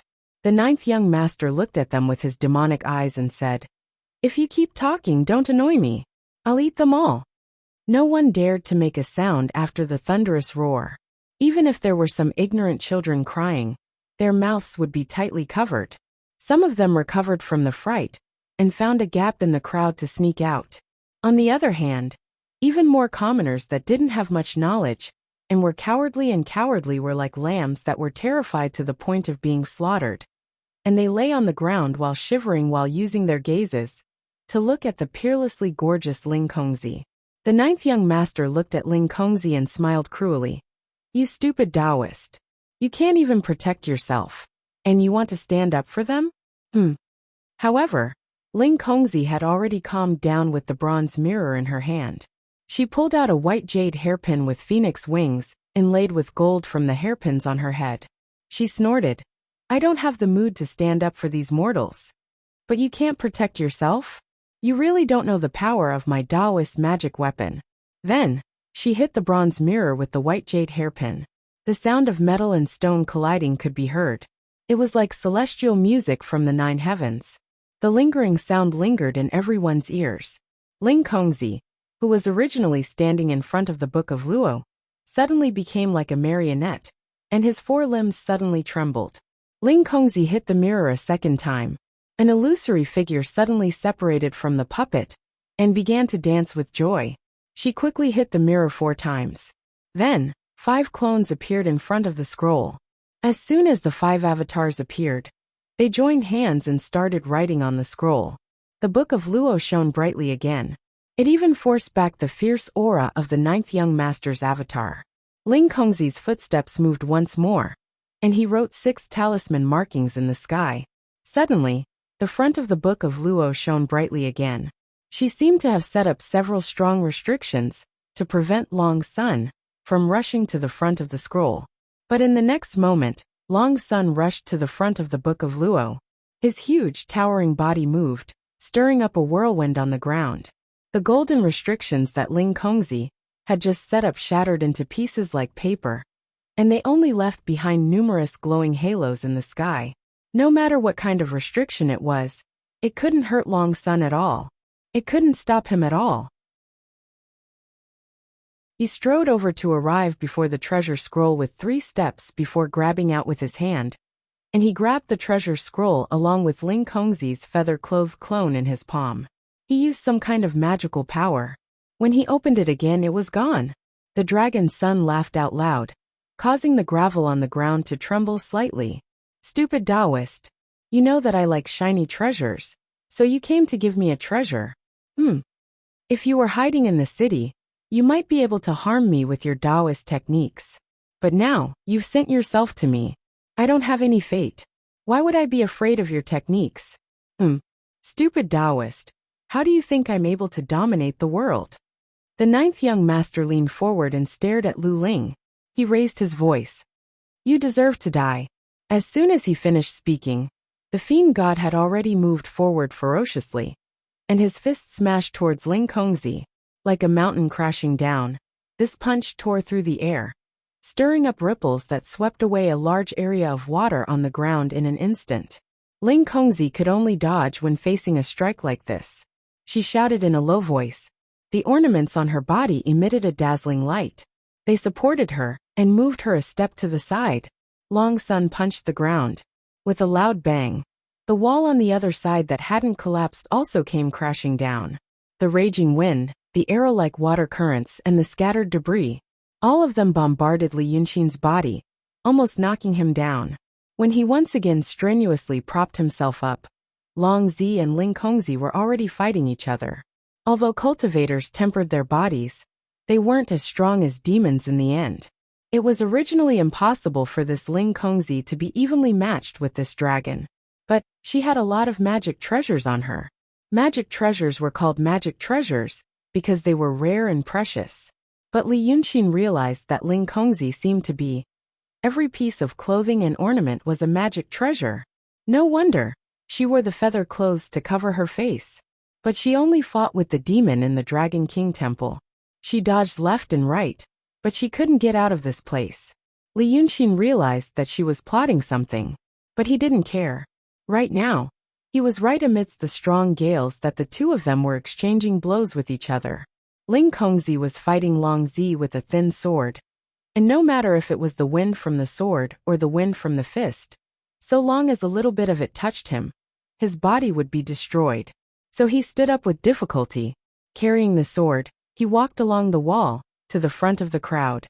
When the people who were originally trembling in fear saw him coming, they hurriedly said, Immortal Master above, Immortal Master above, those two are fighting. What should we do? Li Yunxin found a collapsed rock and sat down. He rolled his eyes at the person who asked, Are you stupid? Run. But that's Dragon King? The person who asked was trembling. He only dared to look at the two people. Alas, I don't know who the demon is. But if we run when we see immortals fighting demons, when the immortals blame us. Li Yunxin listened to him. He was stunned for a moment and then sighed. Oh, yes. After all, you are ignorant and superstitious ancient working people. Usually, you don't have any serious beliefs. But when you see the immortals, you are more afraid of karma than anyone else. He waved his hand weakly. I'll forgive you. Run for your lives. But the few of you go to that house. There's a Lao Dao inside. Carry him out and take him with you. As soon as he said this, the people outside turned and ran as if they had been granted amnesty. The people who were pointed at by him looked hesitant. They looked into the house and knelt down, saying, Immortal, please don't make things difficult for us. They are fighting fiercely there. If we go into the house, it might collapse. Li Yunxin was already irritated by the pain. Hearing this, he glared and raised his eyebrows. He lifted his leg and kicked the person in front. I'm talking to you nicely. Why the F***CK? Do you want to take advantage of me? Then, he waved his sword and cut the big green rock beside him into two, as if he was cutting tofu. Do I look like a F***king good person to you? Go right now. If anything happens to that Lao Dao inside, I'll kill your whole family. As soon as he shouted, the people immediately got up from the ground. They covered their heads and ran toward the house with trembling legs. Not long after, Lu Lao Dao was carried out from the house. He looked at Li Yunxin from afar, and didn't dare to come closer. Long Sun and Ling Kongzi were fighting on the other side of the courtyard. One was fierce and domineering while the other was light and agile. The thin sword stabbed on Long Sun's scales, creating sparks and clanking sounds. But this thin sword was unable to break through the layer of Ling Kongzi's armor. Instead, it caused this great demon who had failed to hit Ling Kongzi time and time again to roar in anger. A few people carried old Taoist Lu, who was trembling like a spring that had been bounced a few times in the strong wind. Li Yunxin sighed and waved his hand at them. Thus, these people carried old Taoist Lu and ran away like a wisp of smoke. Then he sat down again and stared at the fairy and Long Sun. Ling Kongzi had just set up a tactical array in this courtyard, so he didn't go out and just waited for the right time. As for the ninth young master, Li Yunxin felt that he didn't have long to live. If he was really going to win, according to his character, he wouldn't be so angry and impatient. He made himself more comfortable, averted his eyes, and looked into the distance. The city of Wei was lit up. The news had spread. Almost no one could sleep peacefully tonight. The people would be as lively as during the day. So far, although there were some twists and turns, everything was going according to plan. Li Yunxin thought for a while, then picked up the sword and raised his left hand. With a little force, he cut off his ring finger. Then he gritted his teeth and took a deep breath. He stared at the broken finger and the bright red blood on the ground, but his face showed a twisted smile. I'm really King genius. The battle didn't last long as Li Yunxin had expected. If the Dharmakaya of the ninth young master could change at will, why did he have to look like a young master in white? When the ninth young master made his move, it was on a completely different level from the ninth young master's move. After a quarter of an hour, the earth-shattering roar gradually weakened. The two fought for a few rounds. The backyard of the Dragon King Temple had been razed to the ground. Even the front yard had collapsed into a pile of rubble. When the smoke slowly dispersed, the things that Ling Kongzi had set up in the Dragon King Temple could finally be seen. Li Yunxin thought that the small courtyard of the Dragon King Temple was the square inch of heaven and earth. Now he really saw it. 12 slender golden rays, with the small courtyard of the Dragon King Temple as the base, outlined a cube in the air. Just now Ling Kongzi dodged left and right. He only used the thin sword in his hand to block Dragon Sun's attack. He never jumped out of the cube. At this moment, that Long Zi actually seemed to be faintly exhausted. He still looked majestic, but he was half kneeling on the ground. His chest was heaving up and down like a bellow.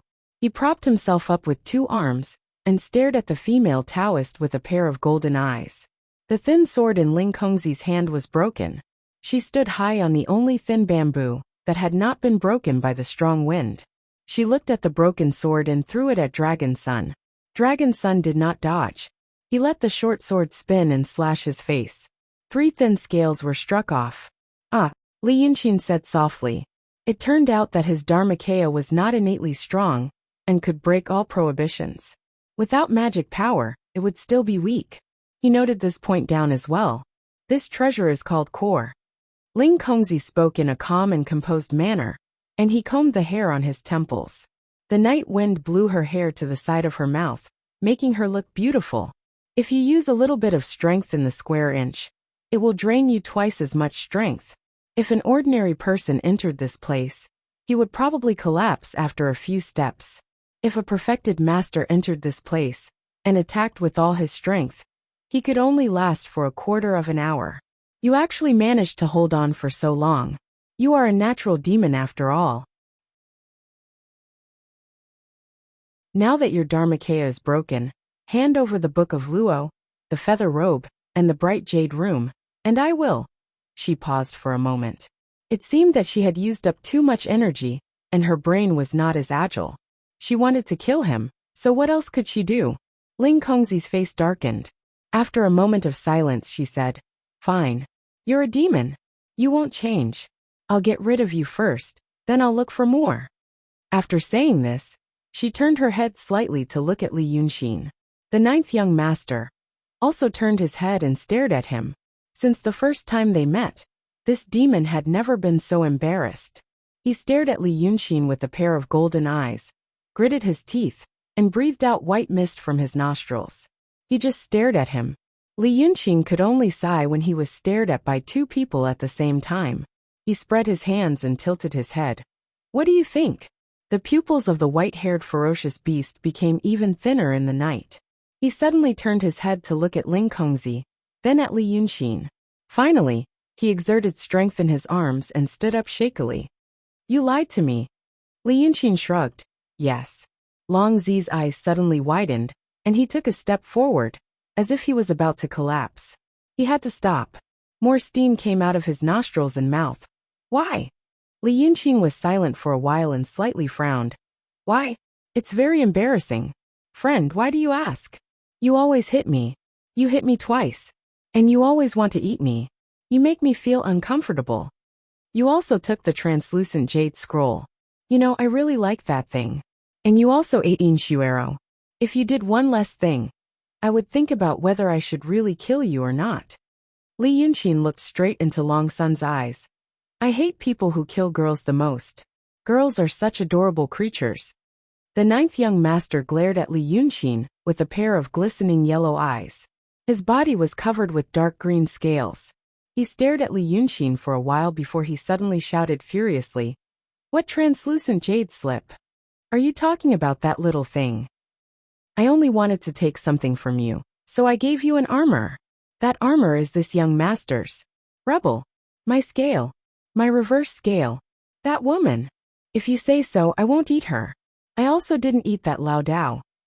After saying all this, the dragon stared at Li Yunqing for a long time, and then roared again. Aren't we friends? You said so. Li Yunqing just sat on the rock and didn't say anything, but his eyes slowly looked down. He heard the sound of the night wind passing through the only thin bamboo in the courtyard. Long Sun's breathing became heavier, but the mist coming out of his mouth and nose became less and less. The scales on his body became sparse, and his body became smaller. The two horns on his head began to fade and shrink. He stared at Li Yunqing and finally turned into the handsome ninth young master. But at this moment, he was naked and his hair was messy. He was so weak that he looked like an ordinary human. Li Yunqing was silent for a while, and then smiled. I see. I'm sorry. I didn't live up to your kindness. But most of the time, you don't think the other party should accept what you've given. Maybe what you give isn't what the other party wants. When it comes to relationships, it has to be consensual. I'm sorry, ninth young master. Li Yunqing raised his eyes again and looked at him. If I mean hee. You're lucky enough to die and time travel again. Of course you don't know what time travel is, but it's not important. If you meet me again, then remember. Don't believe a single word I said. You can eat me that night. After saying that, Li Yunqing forced himself to stand up. His condition was actually not much better than this extremely weak dragon's son. But in the end, he was still slightly better. He carried the sword and walked slowly to stand in front of Dragon's Son. He looked into his eyes and sighed. My friend, since so many misunderstandings have led us to this stage, just let me see you off. I don't think you'll be happy to die in the hands of that woman. Dragon's Son still didn't say anything. He just nodded slightly. So Li Yunqing raised the small sword with difficulty. With a light stab, the whole sword went into Dragon's Son's chest. Soon after, he pulled downwards again. This sword nearly split Long Zi's body into two halves. Fresh blood and internal organs flowed out with a splash. But because of this action, Li Yunqing's body leaned forward slightly. So, the dying Dragon's Son took the opportunity to jump into his arms. The nails on his right hand suddenly grew and pierced deep into his body. This Dragon's Son used the last of his strength to widen his eyes and roared in Li Yunqing's ear. I am Wei River Dragon King. These words took away the last of his life force. After that, his body suddenly became blurry. Gradually it became transparent. Then this transparent body began to tremble. In the end it turned into a flowing green light.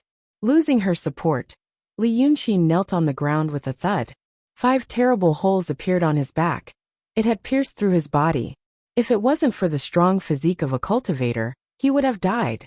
But blood kept flowing out. In just a short while his body was completely dyed red.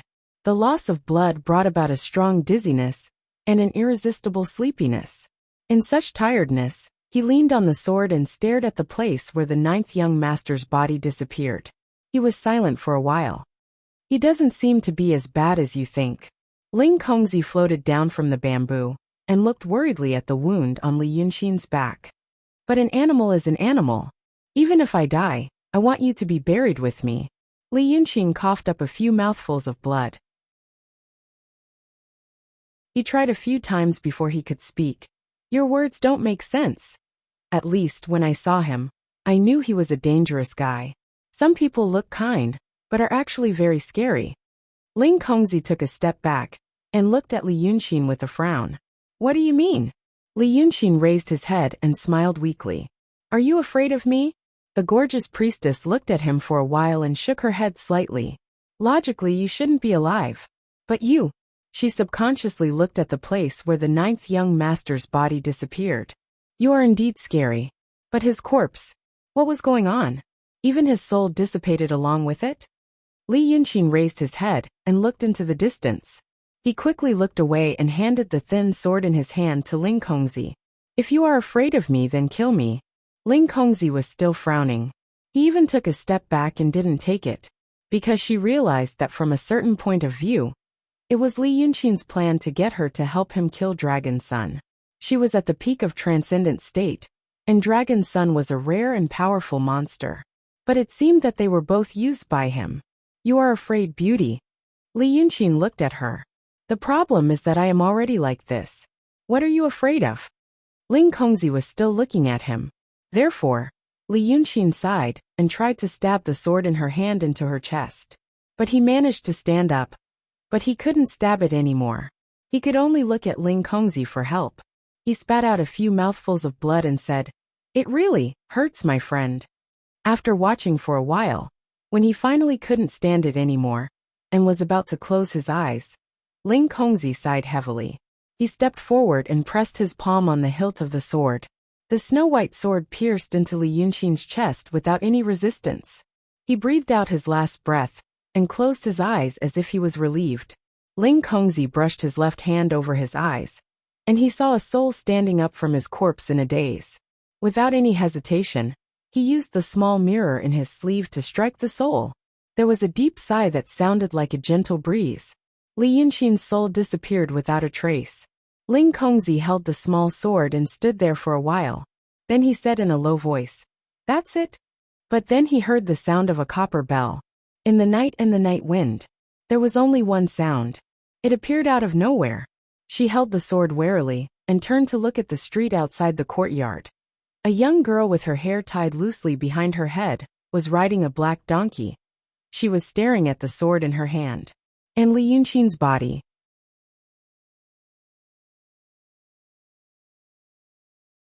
Chapter 112. The dust caused by the fight with Long Sun had dissipated, and the air was filled with the sweet smell of Li Yunxin's blood. There was a slight earthy smell in the ruins of the collapsed walls, but the crushed flowers and trees in the courtyard still had a strong fragrance. At such a night, at such a moment, Ling Kongzi exhaled slightly and adjusted her body into a battle-ready state again in an unnoticeable manner. Her heartstrings were tight, and she was on the alert, especially when she was facing the ninth young master and Li Yunxin. When did this woman appear? She had many magic treasures on her, so it was not difficult for her to face a great demon like the ninth young master. But the woman in front of her, she could not see through her, because no matter how she looked and felt, she was just an ordinary person. Therefore, she subconsciously clenched the thin white sword in her hand, which had killed the ninth young master and Li Yunxin, and asked, Who are you, young lady? From afar came the sound of dogs barking and human voices. One of the brave ones saw that both of them were dead in the vicinity, and went to report the news. After all, the city of Wei was under the rule of the emperor. Mortals could not do anything when immortals fought. But this matter was over, and it would be unreasonable if the government did not intervene. But the woman on the black donkey only stared at the sword in her hand. After staring for a while, she got off the donkey. Her figure was similar to Ling Kongzi, and even though she wore plain clothes like a daughter from a humble family, she could still be considered to be an extremely outstanding beauty. Compared to Ling Kongzi's beauty, She had a different kind of charm. She did not answer. After standing still, she moved her eyes from the sword to Ling Kongzi's face. Then she raised her hand and waved. Ling Kongzi suspected that she was going to attack, and subconsciously raised her sword to block. But the sword in her hand suddenly flew out of her hand and into the woman's hand.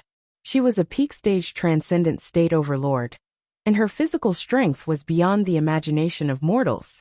Although the hands holding the sword looked slender and tender, these fingers were filled with spiritual power. Two of them could easily crush the bones of a strong man's arm. But now, the sword had easily escaped from her hand because the sword turned into a feather. When it landed in the woman's hand, it had already turned into a long, pure white feather. At this time, Ling Kongzi realized that the shape of the rapier really did look like a slender feather. She gently stroked the feather and put it into her sleeve. Then he suddenly smiled and said, My name is Bai Yunxin. I'm Li Yunxin's good friend. He's mine. Did you also use this feather to kill Dragon Little Nine? He's mine too. Bai Yunxin raised her head slightly as she stared at Ling Kongzi with her big and round eyes. And she asked her like a real little girl who was 17 or 18 years old. Tell me, why did you kill them? At this moment, Ling Kongzi was convinced that this was a monster. A big monster. A monster that was far more powerful than the ninth dragon's son. This kind of strange evil aura was faintly revealed from her hair, clothes, and every word she said. Humans did not have such an aura. She quickly weighed the pros and cons of running away and said slowly, The ninth dragon's son robbed Daodong's Dharma treasures and refused to return them. Li Yunxin killed himself. Daotong, the treasures of the Langya Grotto Heaven, the ancient book and the feather robe, and the treasures of the two saints, the jade scroll of enlightenment. When she said this, she was interrupted by Bai Yunxin's laughter. She seemed to have heard something very interesting. She covered her mouth and chuckled. Although her voice was soft, it was strangely clear, as if it could reach the ninth heaven through the ruins of the Dragon King's temple. At this time, the bailiffs of the government finally rushed over, only to see two beautiful women talking. The official leading the team watched carefully for a while and realized that things did not seem to end as they thought. Because the girl who was laughing with her hands covering her mouth, although she was laughing and making a sound, her eyes were still wide open. They didn't bend or narrow like ordinary people. It was as if her eyes couldn't bend. It looked very strange. She stared for a while, then put down her hand, and her expression suddenly became cold. The feather robe? Her tone was cold, as if she was full of anger. Daodong's Dharma treasure? Bullsh *T. But after saying this, she quickly covered her mouth again. You can't talk like this. You all heard it, right? This sentence was directed at the officials. She twisted the corner of her clothes with her other hand, like a girl who had done something wrong, and was afraid of being found out. Even the slowest person could realize that the situation was unusual.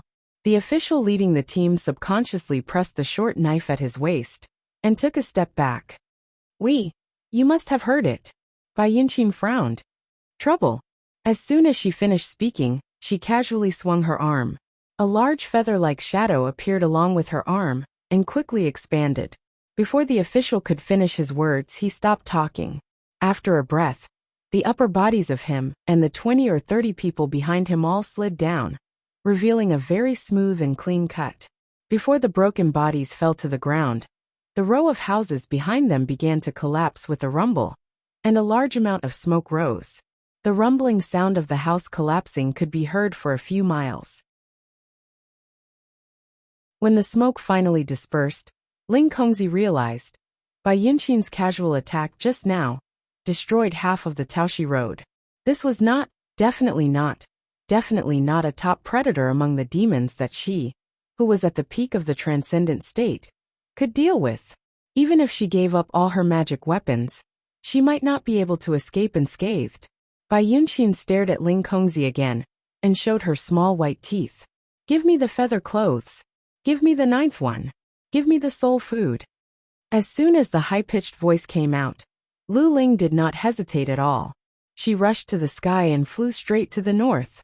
The magic weapons on her all shone, and like a colorful shooting star, She flew hundreds of meters away in the blink of an eye. But the next moment, everyone in the city of Wei heard a series of loud rumbling sounds, which made the doors and windows of the city tremble. A conical cloud of white mist suddenly erupted in the night sky, followed by a second cloud, a third cloud, and a fourth cloud. A series of sonic booms formed from surpassing the speed of sound appeared in the sky above the city of Wei almost at the same instant, chasing after Ling Kongzi's figure. In the end, a large expanse of golden light suddenly burst out from the body of the cultivator with brilliant and colorful flowing lights. Like a bird with broken wings, he fell diagonally into the forest outside the city of Wei. This night, at this moment, almost everyone heard a sharp, high-pitched, ear-piercing cry of a crane at the same time, and an illusion of a white crane with wings that could almost cover the whole city of Wei flashed and disappeared in the sky. And the little black donkey was left in the same place. After waiting for a while, it did not see its master, so it trotted along the road, avoiding the ruins, and slowly walked in the direction of its master. After a few steps, it suddenly stopped, sneezed, and shook its ears in confusion, because the whole city of Wei suddenly quieted down. After the battle between Bai Yunxin and Ling Kongzi, the whole city, which was inhabited by hundreds of thousands of people, suddenly quieted down. They felt sleepy at the same time, and at the same time, in such a night that they could not sleep peacefully, they fell asleep. The yang qi of hundreds of thousands of people began to circulate.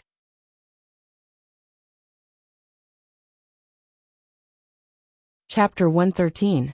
In such silence, a faint light appeared in a family's house in the West River Prefecture of the city of Wei. This was a rich family. Vermilion door, stone lions, and a three-way courtyard. The light appeared in the study of the family's master. 3 days ago, Li Yunxin had paid a visit to this house, and the gatekeeper had informed her of her arrival. The family's master was brave, so he welcomed him in, treated him with good food and drinks, and asked for some calligraphy. Coincidentally, the family's master had a son, so Li Yunxin made a painting called The Immortal Old Man Sending His Son. It was not a precious scroll nor a rare scroll, but a famous one. But for this kind of family, a scroll made by Li Yunxin was a treasure that could be passed down from generation to generation. The master asked an old master to frame the painting and hang it in the study. He planned to admire it for half a month, and when it was completely dry, he would put it in a yellow silk bag, and when there were guests coming to the family, he would ask it to come out and admire it. But tonight, there was a storm, and the news of the fairy fighting the Dragon King came. They were doubtful, but soon, they heard the roar and the strange phenomenon in the sky. These things were natural disasters for the ordinary people. So the whole family gathered together in this study, thinking that the famous scroll of the master might be able to bless them with their safety. But just as the ball of flowing light fell out of the city of Wei, the sudden drowsiness quickly attacked the family. The master felt something was wrong, and tried to grab the sword hanging on the wall with the last bit of consciousness in his heart. But he still fell asleep. So the painting of the immortal old man, sending his son on the wall, glowed with a misty golden light. After the light flashed, the baby on the painting came to life. The baby made of golden light jumped out of the painting and stepped on the bodies of the people who were sleeping on the ground. It first went to the mouth and nose of the master, who had the most yang energy, and took a deep breath. Then it went to the mouth and nose of the housewife, and took another breath. So it breathed in the human energy of the people in the house, and jumped out of the door. Through the wall, it breathed in the human energy of the servants in the house. Then he walked out of the door. The golden child seemed to love the smell of humans the most. He continued to search for the people sleeping in the silent houses. After an hour, when it had walked further and further away, it would see its own kind. There were strong men who walked out of the Shen Tu Beijian painting, and there were youths who walked out of the Su Qin chiseling light painting. They were all paintings that Li Yunxin had made for the rich families in the first 2 days. There were babies, children, young adults, and middle-aged men floating around the city and sucking in people's energy. Some were happy, some were sad, some were angry, and some were calm. In the past 2 days, Li Yunxin had made a total of 46 paintings. The people in these 46 paintings had walked out of the paintings one after another. They were all doing one thing, absorbing yang energy. Those who had been sucked out would probably not feel anything when they woke up. At most, some of the weaker ones would feel a little tired. However, as these golden men sucked in more people, their bodies would slowly swell up. Some different colors were tumbling and entangling in their bodies, just like the emotions in the dreams of those who had been sucked out. After 4 to 6 hours, no matter what they looked like, their bellies were round, and their facial features were squeezed into a ball. It was unspeakably funny and weird. Then they burst open. At this time, the roar in the northeast of the city of Wei had not stopped. It seemed that morning had arrived in advance on that side of the sky. Behind the mountains, there was a faint red light, like the morning glow. But in fact it was the mountain fire. The rolling mountain fire like a giant dragon and the continuous roar. In such a roar, these golden men burst open. The yang energy that had been sucked out of their bodies should have dissipated. But it suddenly flowed along a strange track on the streets of the city of Wei. It was not entirely true to say that it flowed along the streets and alleys. Sometimes it would pass through walls and houses.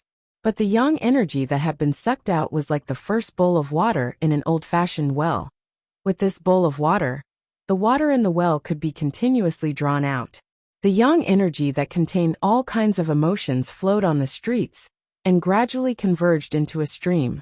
It led more and more yang energy from the people in the city of Wei to flow out of the houses. Finally, it gradually converged into a thicker torrent. If the people who had secretly followed Li Yunxin through the streets and alleys in the past 3 days were still awake and could open their yin-yang eyes, they would have realized when they saw the flood of yang qi. The places where they flowed were all places that Li Yunxin had set foot on. For example, a small stream flowed by the Willow River and rolled over a slate. There was an inconspicuous pattern on the slate, and then it lit up. This was the pattern that Li Yunxin had engraved with the weasel hairbrush in his hand that day. At that time, he said that the sun was good, so he wanted to draw the sun. His drawing was abstract and clumsy, and he only finished half of it before he threw the brush away. Such a pattern, after being hit by the yang energy, lit up. Because of the light and guidance, the torrent of yang energy branched out and constructed a mysterious but orderly circuit. This thing was something that any physician would find to be familiar with. It was the meridian diagram of Shou Xiaoyang, and there were 35 similar things in the entire city of Wei. On such a night, more than 30 miles away from the city of Wei, in a small temple in the Yao village by the Wei River, the temple attendant was still awake. This was a small temple, but it was full of incense. There was only 1 hall, 1 yard, and 2 wing rooms. Usually, the temple attendant, Taoist Hong Song, would have gone to bed long ago. But tonight, he was startled by the rumbling thunder and the mountain fire in the distance. He put on his clothes and pushed the door into the yard. He walked through the watery moonlight and the mottled shadows of the trees, and finally reached the door of the main hall. Annoyed, he decided to meditate in the main hall. The hall enshrined the newly acquired supreme and holy spiritual treasures, the statues of Crown Prince Jiawen and the red-dressed dragon lady, by a master. At first he was reluctant, but after offering the portraits he was convinced. This statue indeed had the effect of calming the mind and clearing the heart. Not to mention that there was the spiritual aura of the gods on it. Even if there wasn't, the effect of the painting itself was enough to make him treasure it. Moreover, he was born with yin and yang eyes. He could see ghosts. Ghosts were not common, but there were always ghosts who loved the incense in the temple and would come to him. When he sat in the hall at night, with this portrait, the ghosts did not dare to come close. But tonight, when he walked to the main hall and looked inside, he found a faint light in the room. He immediately suspected that the ruffians in the village were jealous of this statue and dared to steal it. He looked around and found a short wooden stick half covered in the mud by the wall. Holding it in his hand, he strode up the stone steps and pushed the door open. However, before the words "thief, how dare you" could escape his throat, he froze on the spot. After 2 breaths, the short stick in his hand fell on the mud with a clang. Taoist Hong Song knelt down and did not dare to raise his head. He only said, Immortal has shown his divinity. Immortal has shown his divinity. I should die 10,000 times for being alarmed. Just after he pushed the door open, he saw a golden god walking down from the portrait. He only took a glance, but did not see clearly. So he did not realize that the appearance of this god was 70% similar to Li Yunxin. The golden shadow, formed by the power of incense and wishes of the believers, slowly walked forward with the little spiritual aura that belonged to Li Yunxin in the painting. Without looking at Taoist Hong Song, it directly passed through the door and rushed towards the direction of the city of Wei. It was also at this moment that a golden figure walked out from each of the 37 statues that he had distributed and were worshipped in various temples. Carrying his spiritual qi, they converged in the city of Wei. And this city of Wei, if Ling Kongzi had been suspicious that day and had flown high up in the sky to look at the route Li Yunxin had taken during those few days and had drawn it out, he would have discovered. He used his own footsteps to measure a lifelike portrait of Li Yunxin, with the entire city of Wei as the center. The unfinished and playful strokes that he left in various places in the city, whether intentionally or unintentionally, formed the 36 major acupuncture points in the meridians of the human body. And the yamen of the prefectural magistrate that hid the rare scroll of the Shangyuan painting was the heart of this painting. Now the yang energy of 360,000 people in the city of Wei had been guided by the 36 major acupuncture points, forming the flowing meridians. And the 37 golden immortals, with Li Yunxin's spiritual aura, successively threw themselves into the circulation of the meridians. Yang energy, spiritual aura, and torrent, after 3 circulations, finally rushed towards the yamen of the prefectural magistrate.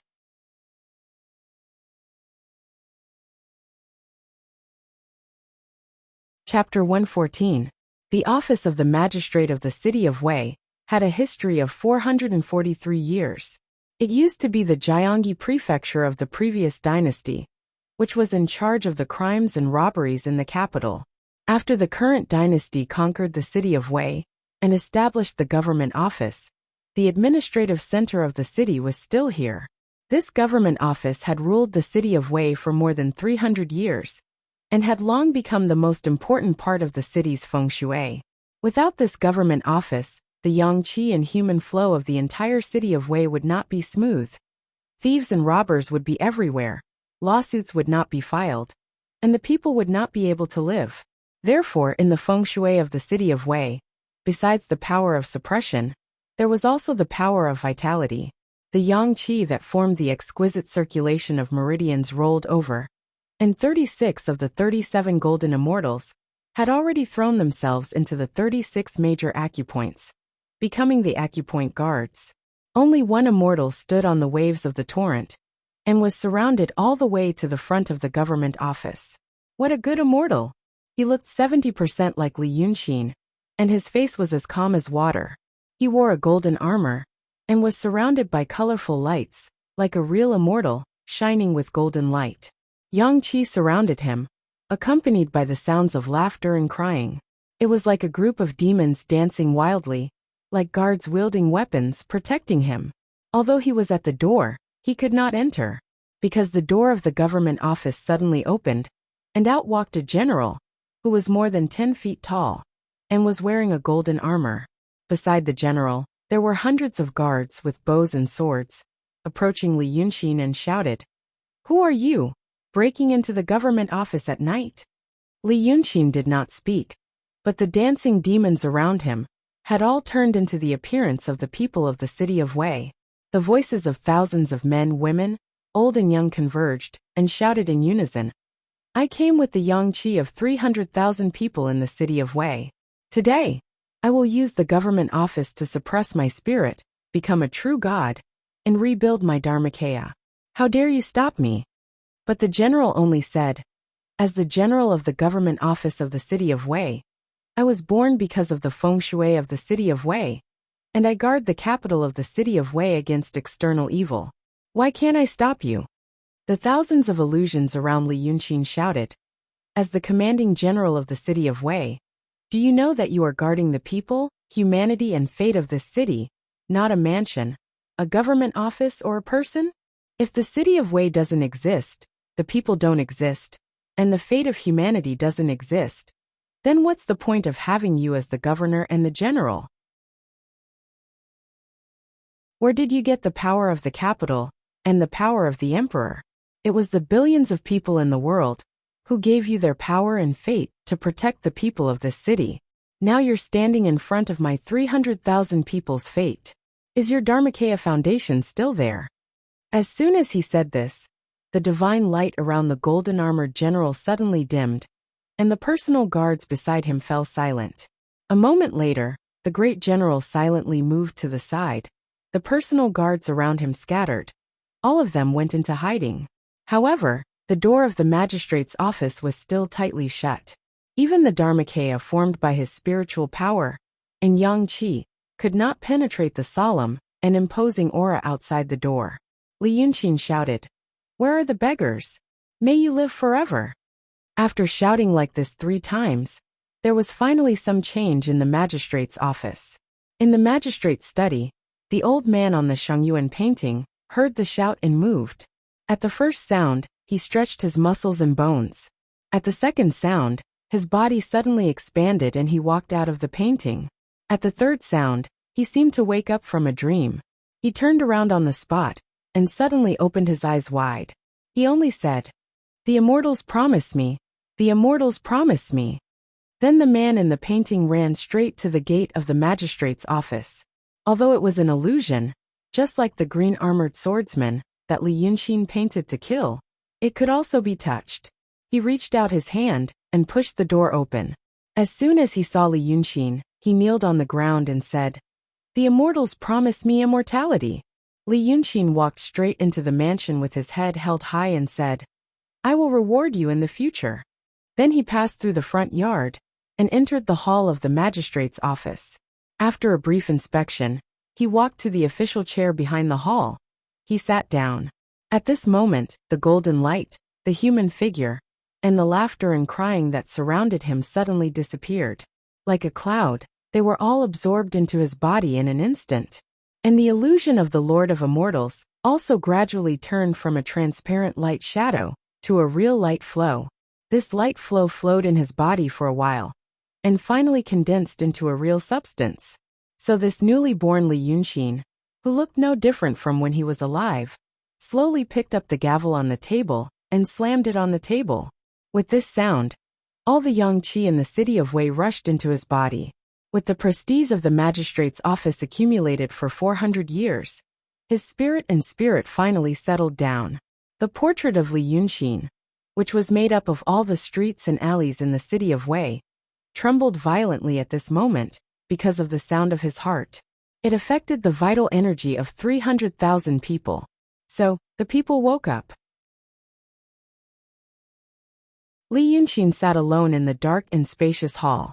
After a moment of silence, he said, "With the opportunity of reconstructing my Dharmakaya, I have solved your problem. Don't forget to thank me in the future."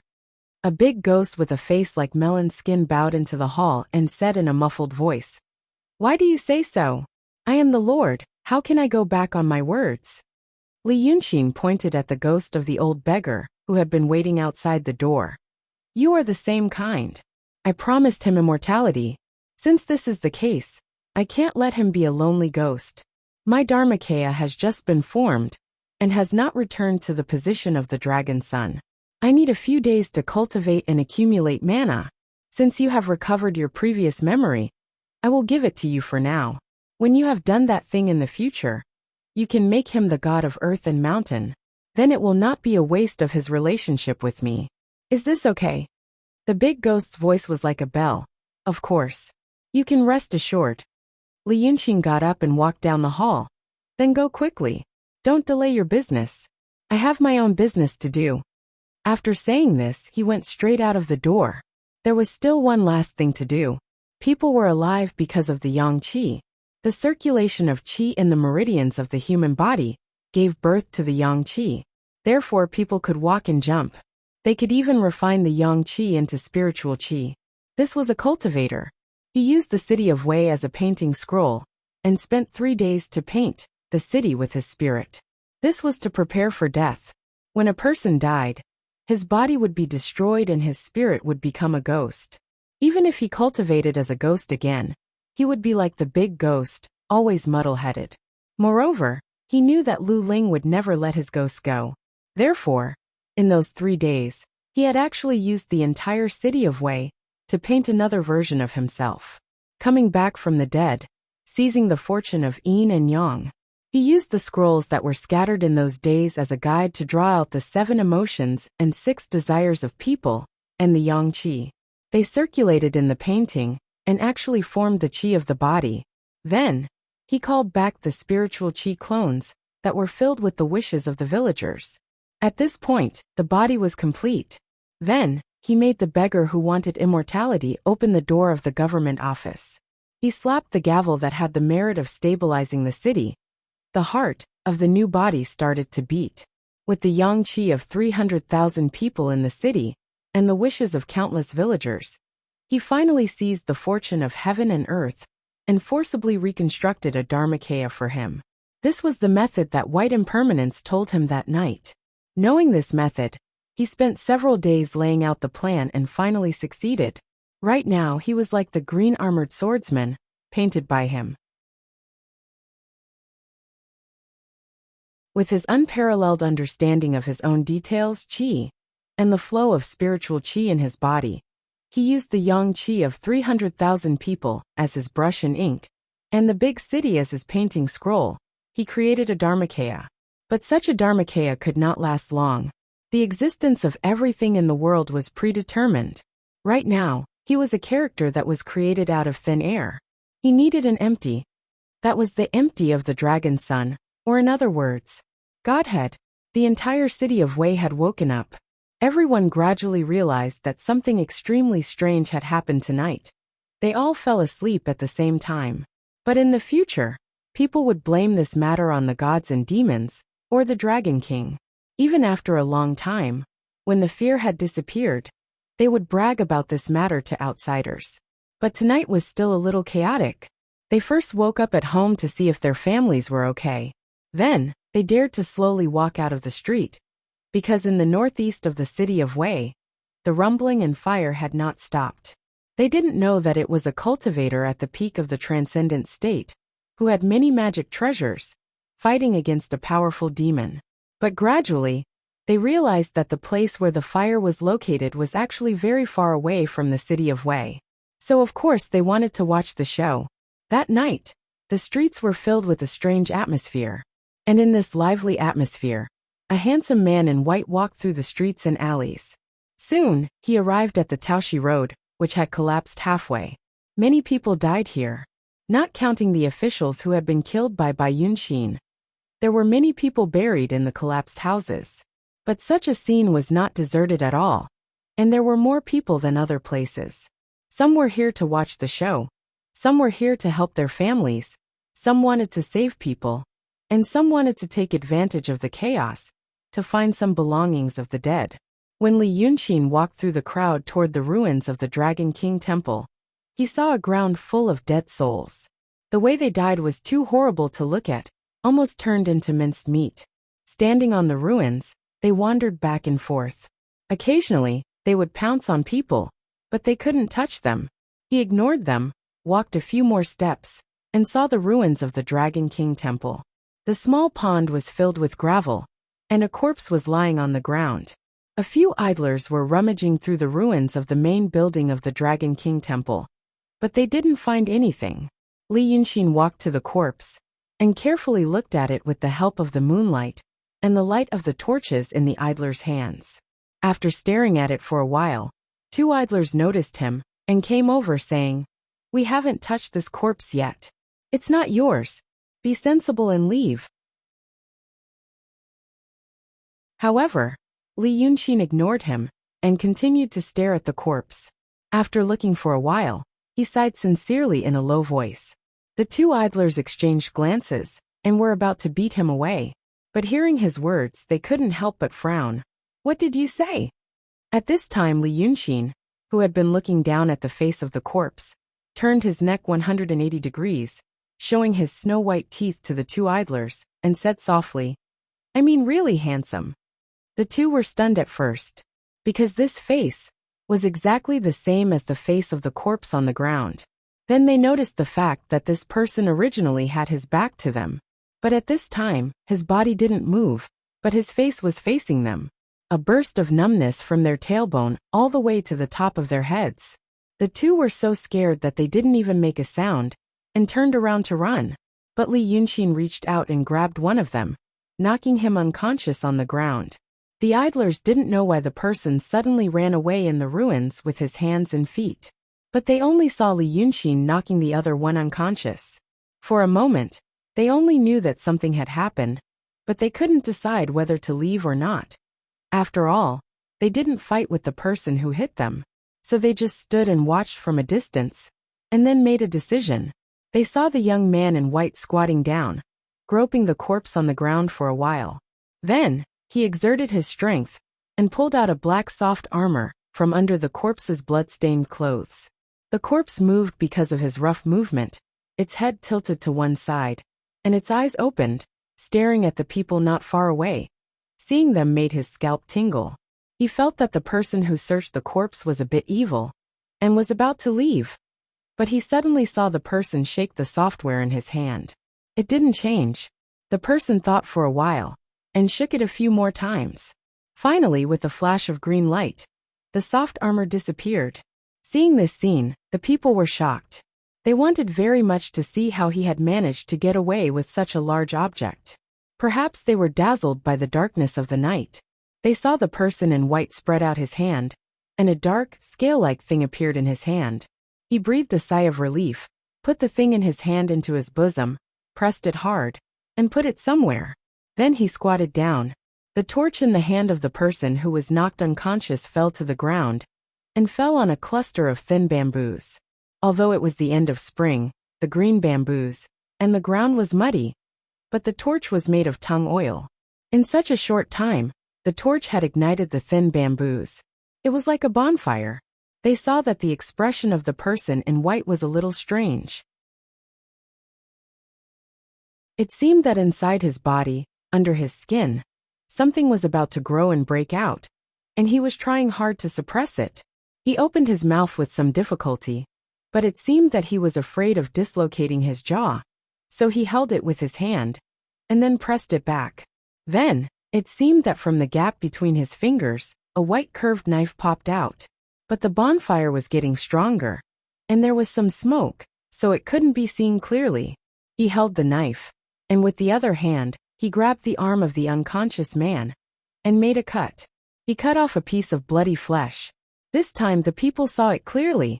Two of the more courageous ones immediately stepped forward with torches in their hands and shouted, "We're all here to make money from the dead. Why do we have to kill people?" But the person ignored them. He used the curved knife in his hand to skewer the flesh, and put it on the fire to roast. The two people were dumbfounded, and after a while, they stepped forward again, and wanted to kick the person away to save the man, saying, "You are crazy." But after 2 steps, they didn't dare to move forward anymore, because they finally saw clearly that the curved knife in the person's hand was actually a sharp and ferocious fingernail protruding from his finger. At this moment he brought the piece of flesh pierced by the fingernail to his mouth. With his white, slightly sharp teeth, he bit it. The two people were scared out of their wits. They wanted to turn around and run, but their legs didn't listen to them at all. They felt their lower abdomen contracting and swelling, and they were so scared that they were about to lose control of themselves, because they saw that the person's eyes had turned golden, and there was only a thin black line in his eyes. It was a monster. But the next moment, in the ruins of the temple, next to the bonfire, the person threw away the piece of flesh. The ferocious fingernail retracted, the sharp teeth in his mouth became flat, and his eyes turned black again. He sighed, "Fortunately, I don't want to eat people." Then, he stood up and waved his hand, and the corpse that belonged to him on the ground was smashed into a bloody paste. Seeing this scene, the two shivering people with teeth chattering finally felt warmth in their crotches, and knelt on the ground with a thud. As for those further away, they hated their parents for not giving them 2 more legs. Ignoring the bruises on their faces in the ruins, They screamed in horror and ran far away. The two knelt on the ground and kept kowtowing, saying, "Great Immortal, please spare us. Please spare us. We have old people and young people in our family, our family." But after kowtowing for a long time, there was no response. When they gathered their courage to look again, there was no one in front of them. That person, he had already left the city and stood beside the surging Wei River. The Wei River looked even more majestic in the night. The flames in the northeast illuminated the river slightly. The surging and roaring water stirred up a thick fog, shrouding the boundless river like an illusion. Water vapor evaporated the lush and verdant reeds, calamus, and water masses with fine leaves on both sides of the river, emitting a rich fragrance in the night wind. The sound of flowing water filled the entire world, and even the rumbling sounds on the other side became weak and inaudible. The surging river, thousands of miles in an instant, nourished all things. Now it belonged to him. Li Yunxin stood on the gentle slope and let out a light breath in the night. "I am Wei River Dragon King."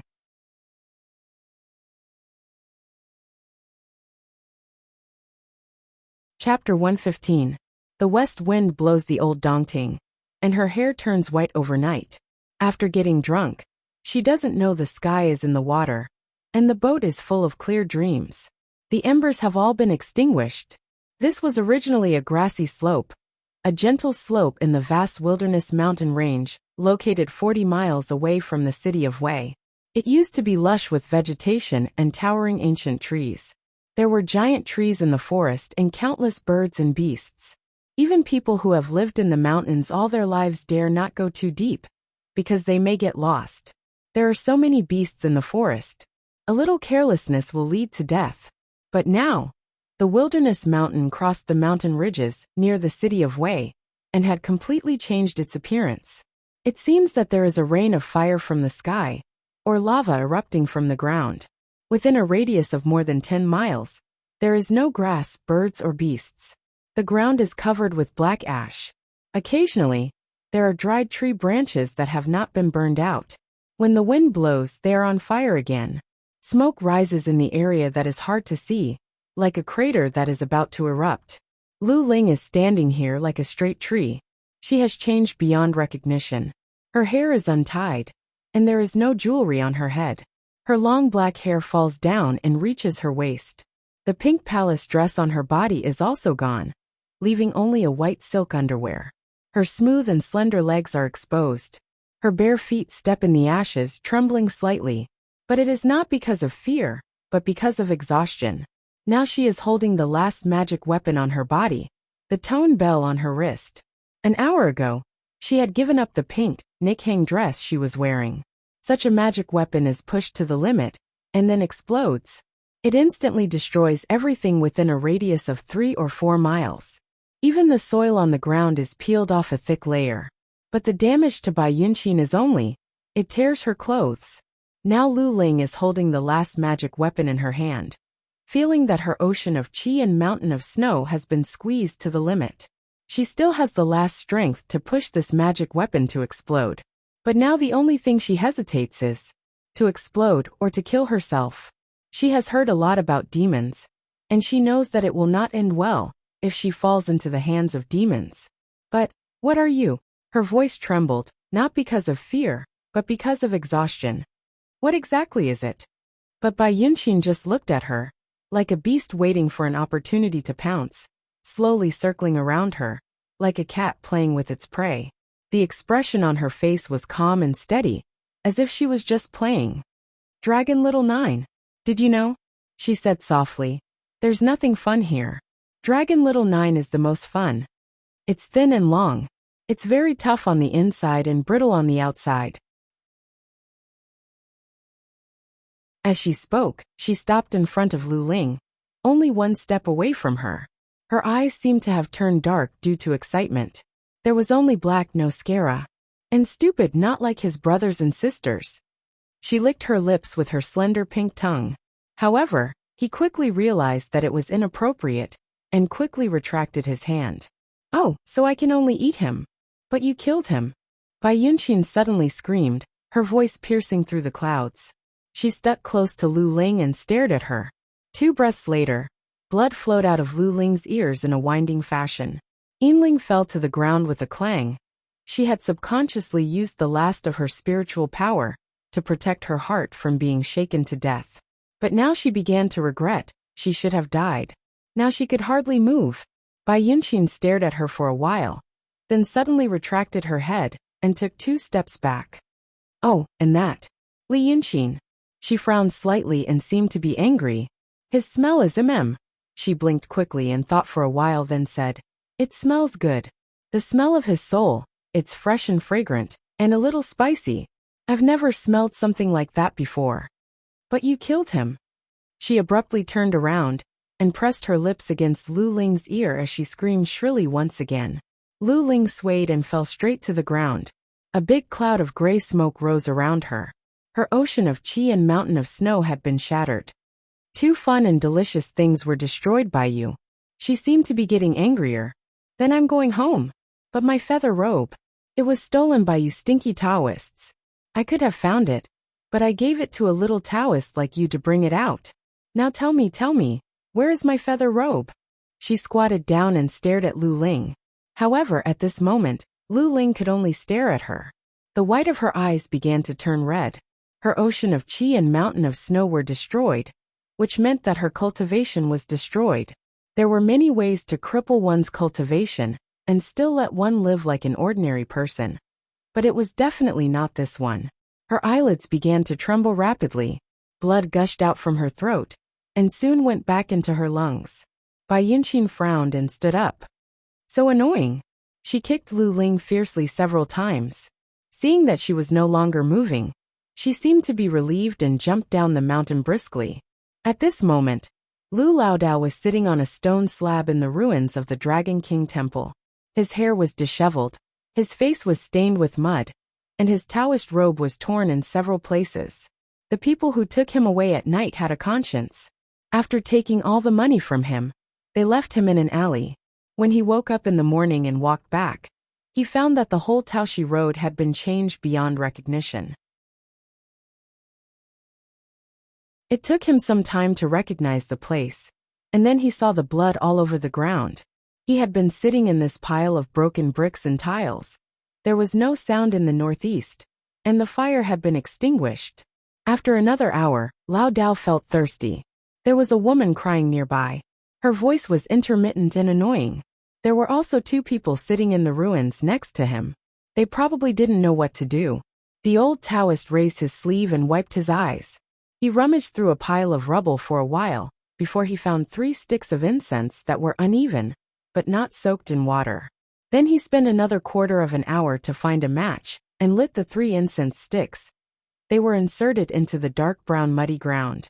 Then he sat back and stared at the rising smoke from the 3 incense sticks. He gradually felt that his back was hot from the rising sun. But soon Lao Dao heard footsteps again. The soles of his shoes rubbed against the coarse rubble, making a clattering sound. The person walked through the ruins, and finally stepped on the muddy ground. He took a few steps forward and put out the 3 incense sticks. Lu Laodao raised his head blankly, and saw that the person had a happy and complicated smile on his face. His hand was pressed on the hilt of the sword at his waist. He even stepped on the ground with a pair of official boots. Then he spat on the ground and said, Good death. This scourge. It's not enough to kill him. We can't do without you, old coffin. That you're tuning in to the Li Mei Sword of Destiny YouTube channel. We're so grateful for your support, and don't forget to subscribe to join us on this incredible journey through captivating stories. Your generosity through donations truly makes a world of difference, as it's the primary source of revenue that allows me to expand and enhance this channel for you. Thank you from the bottom of my heart for being a part of this adventure.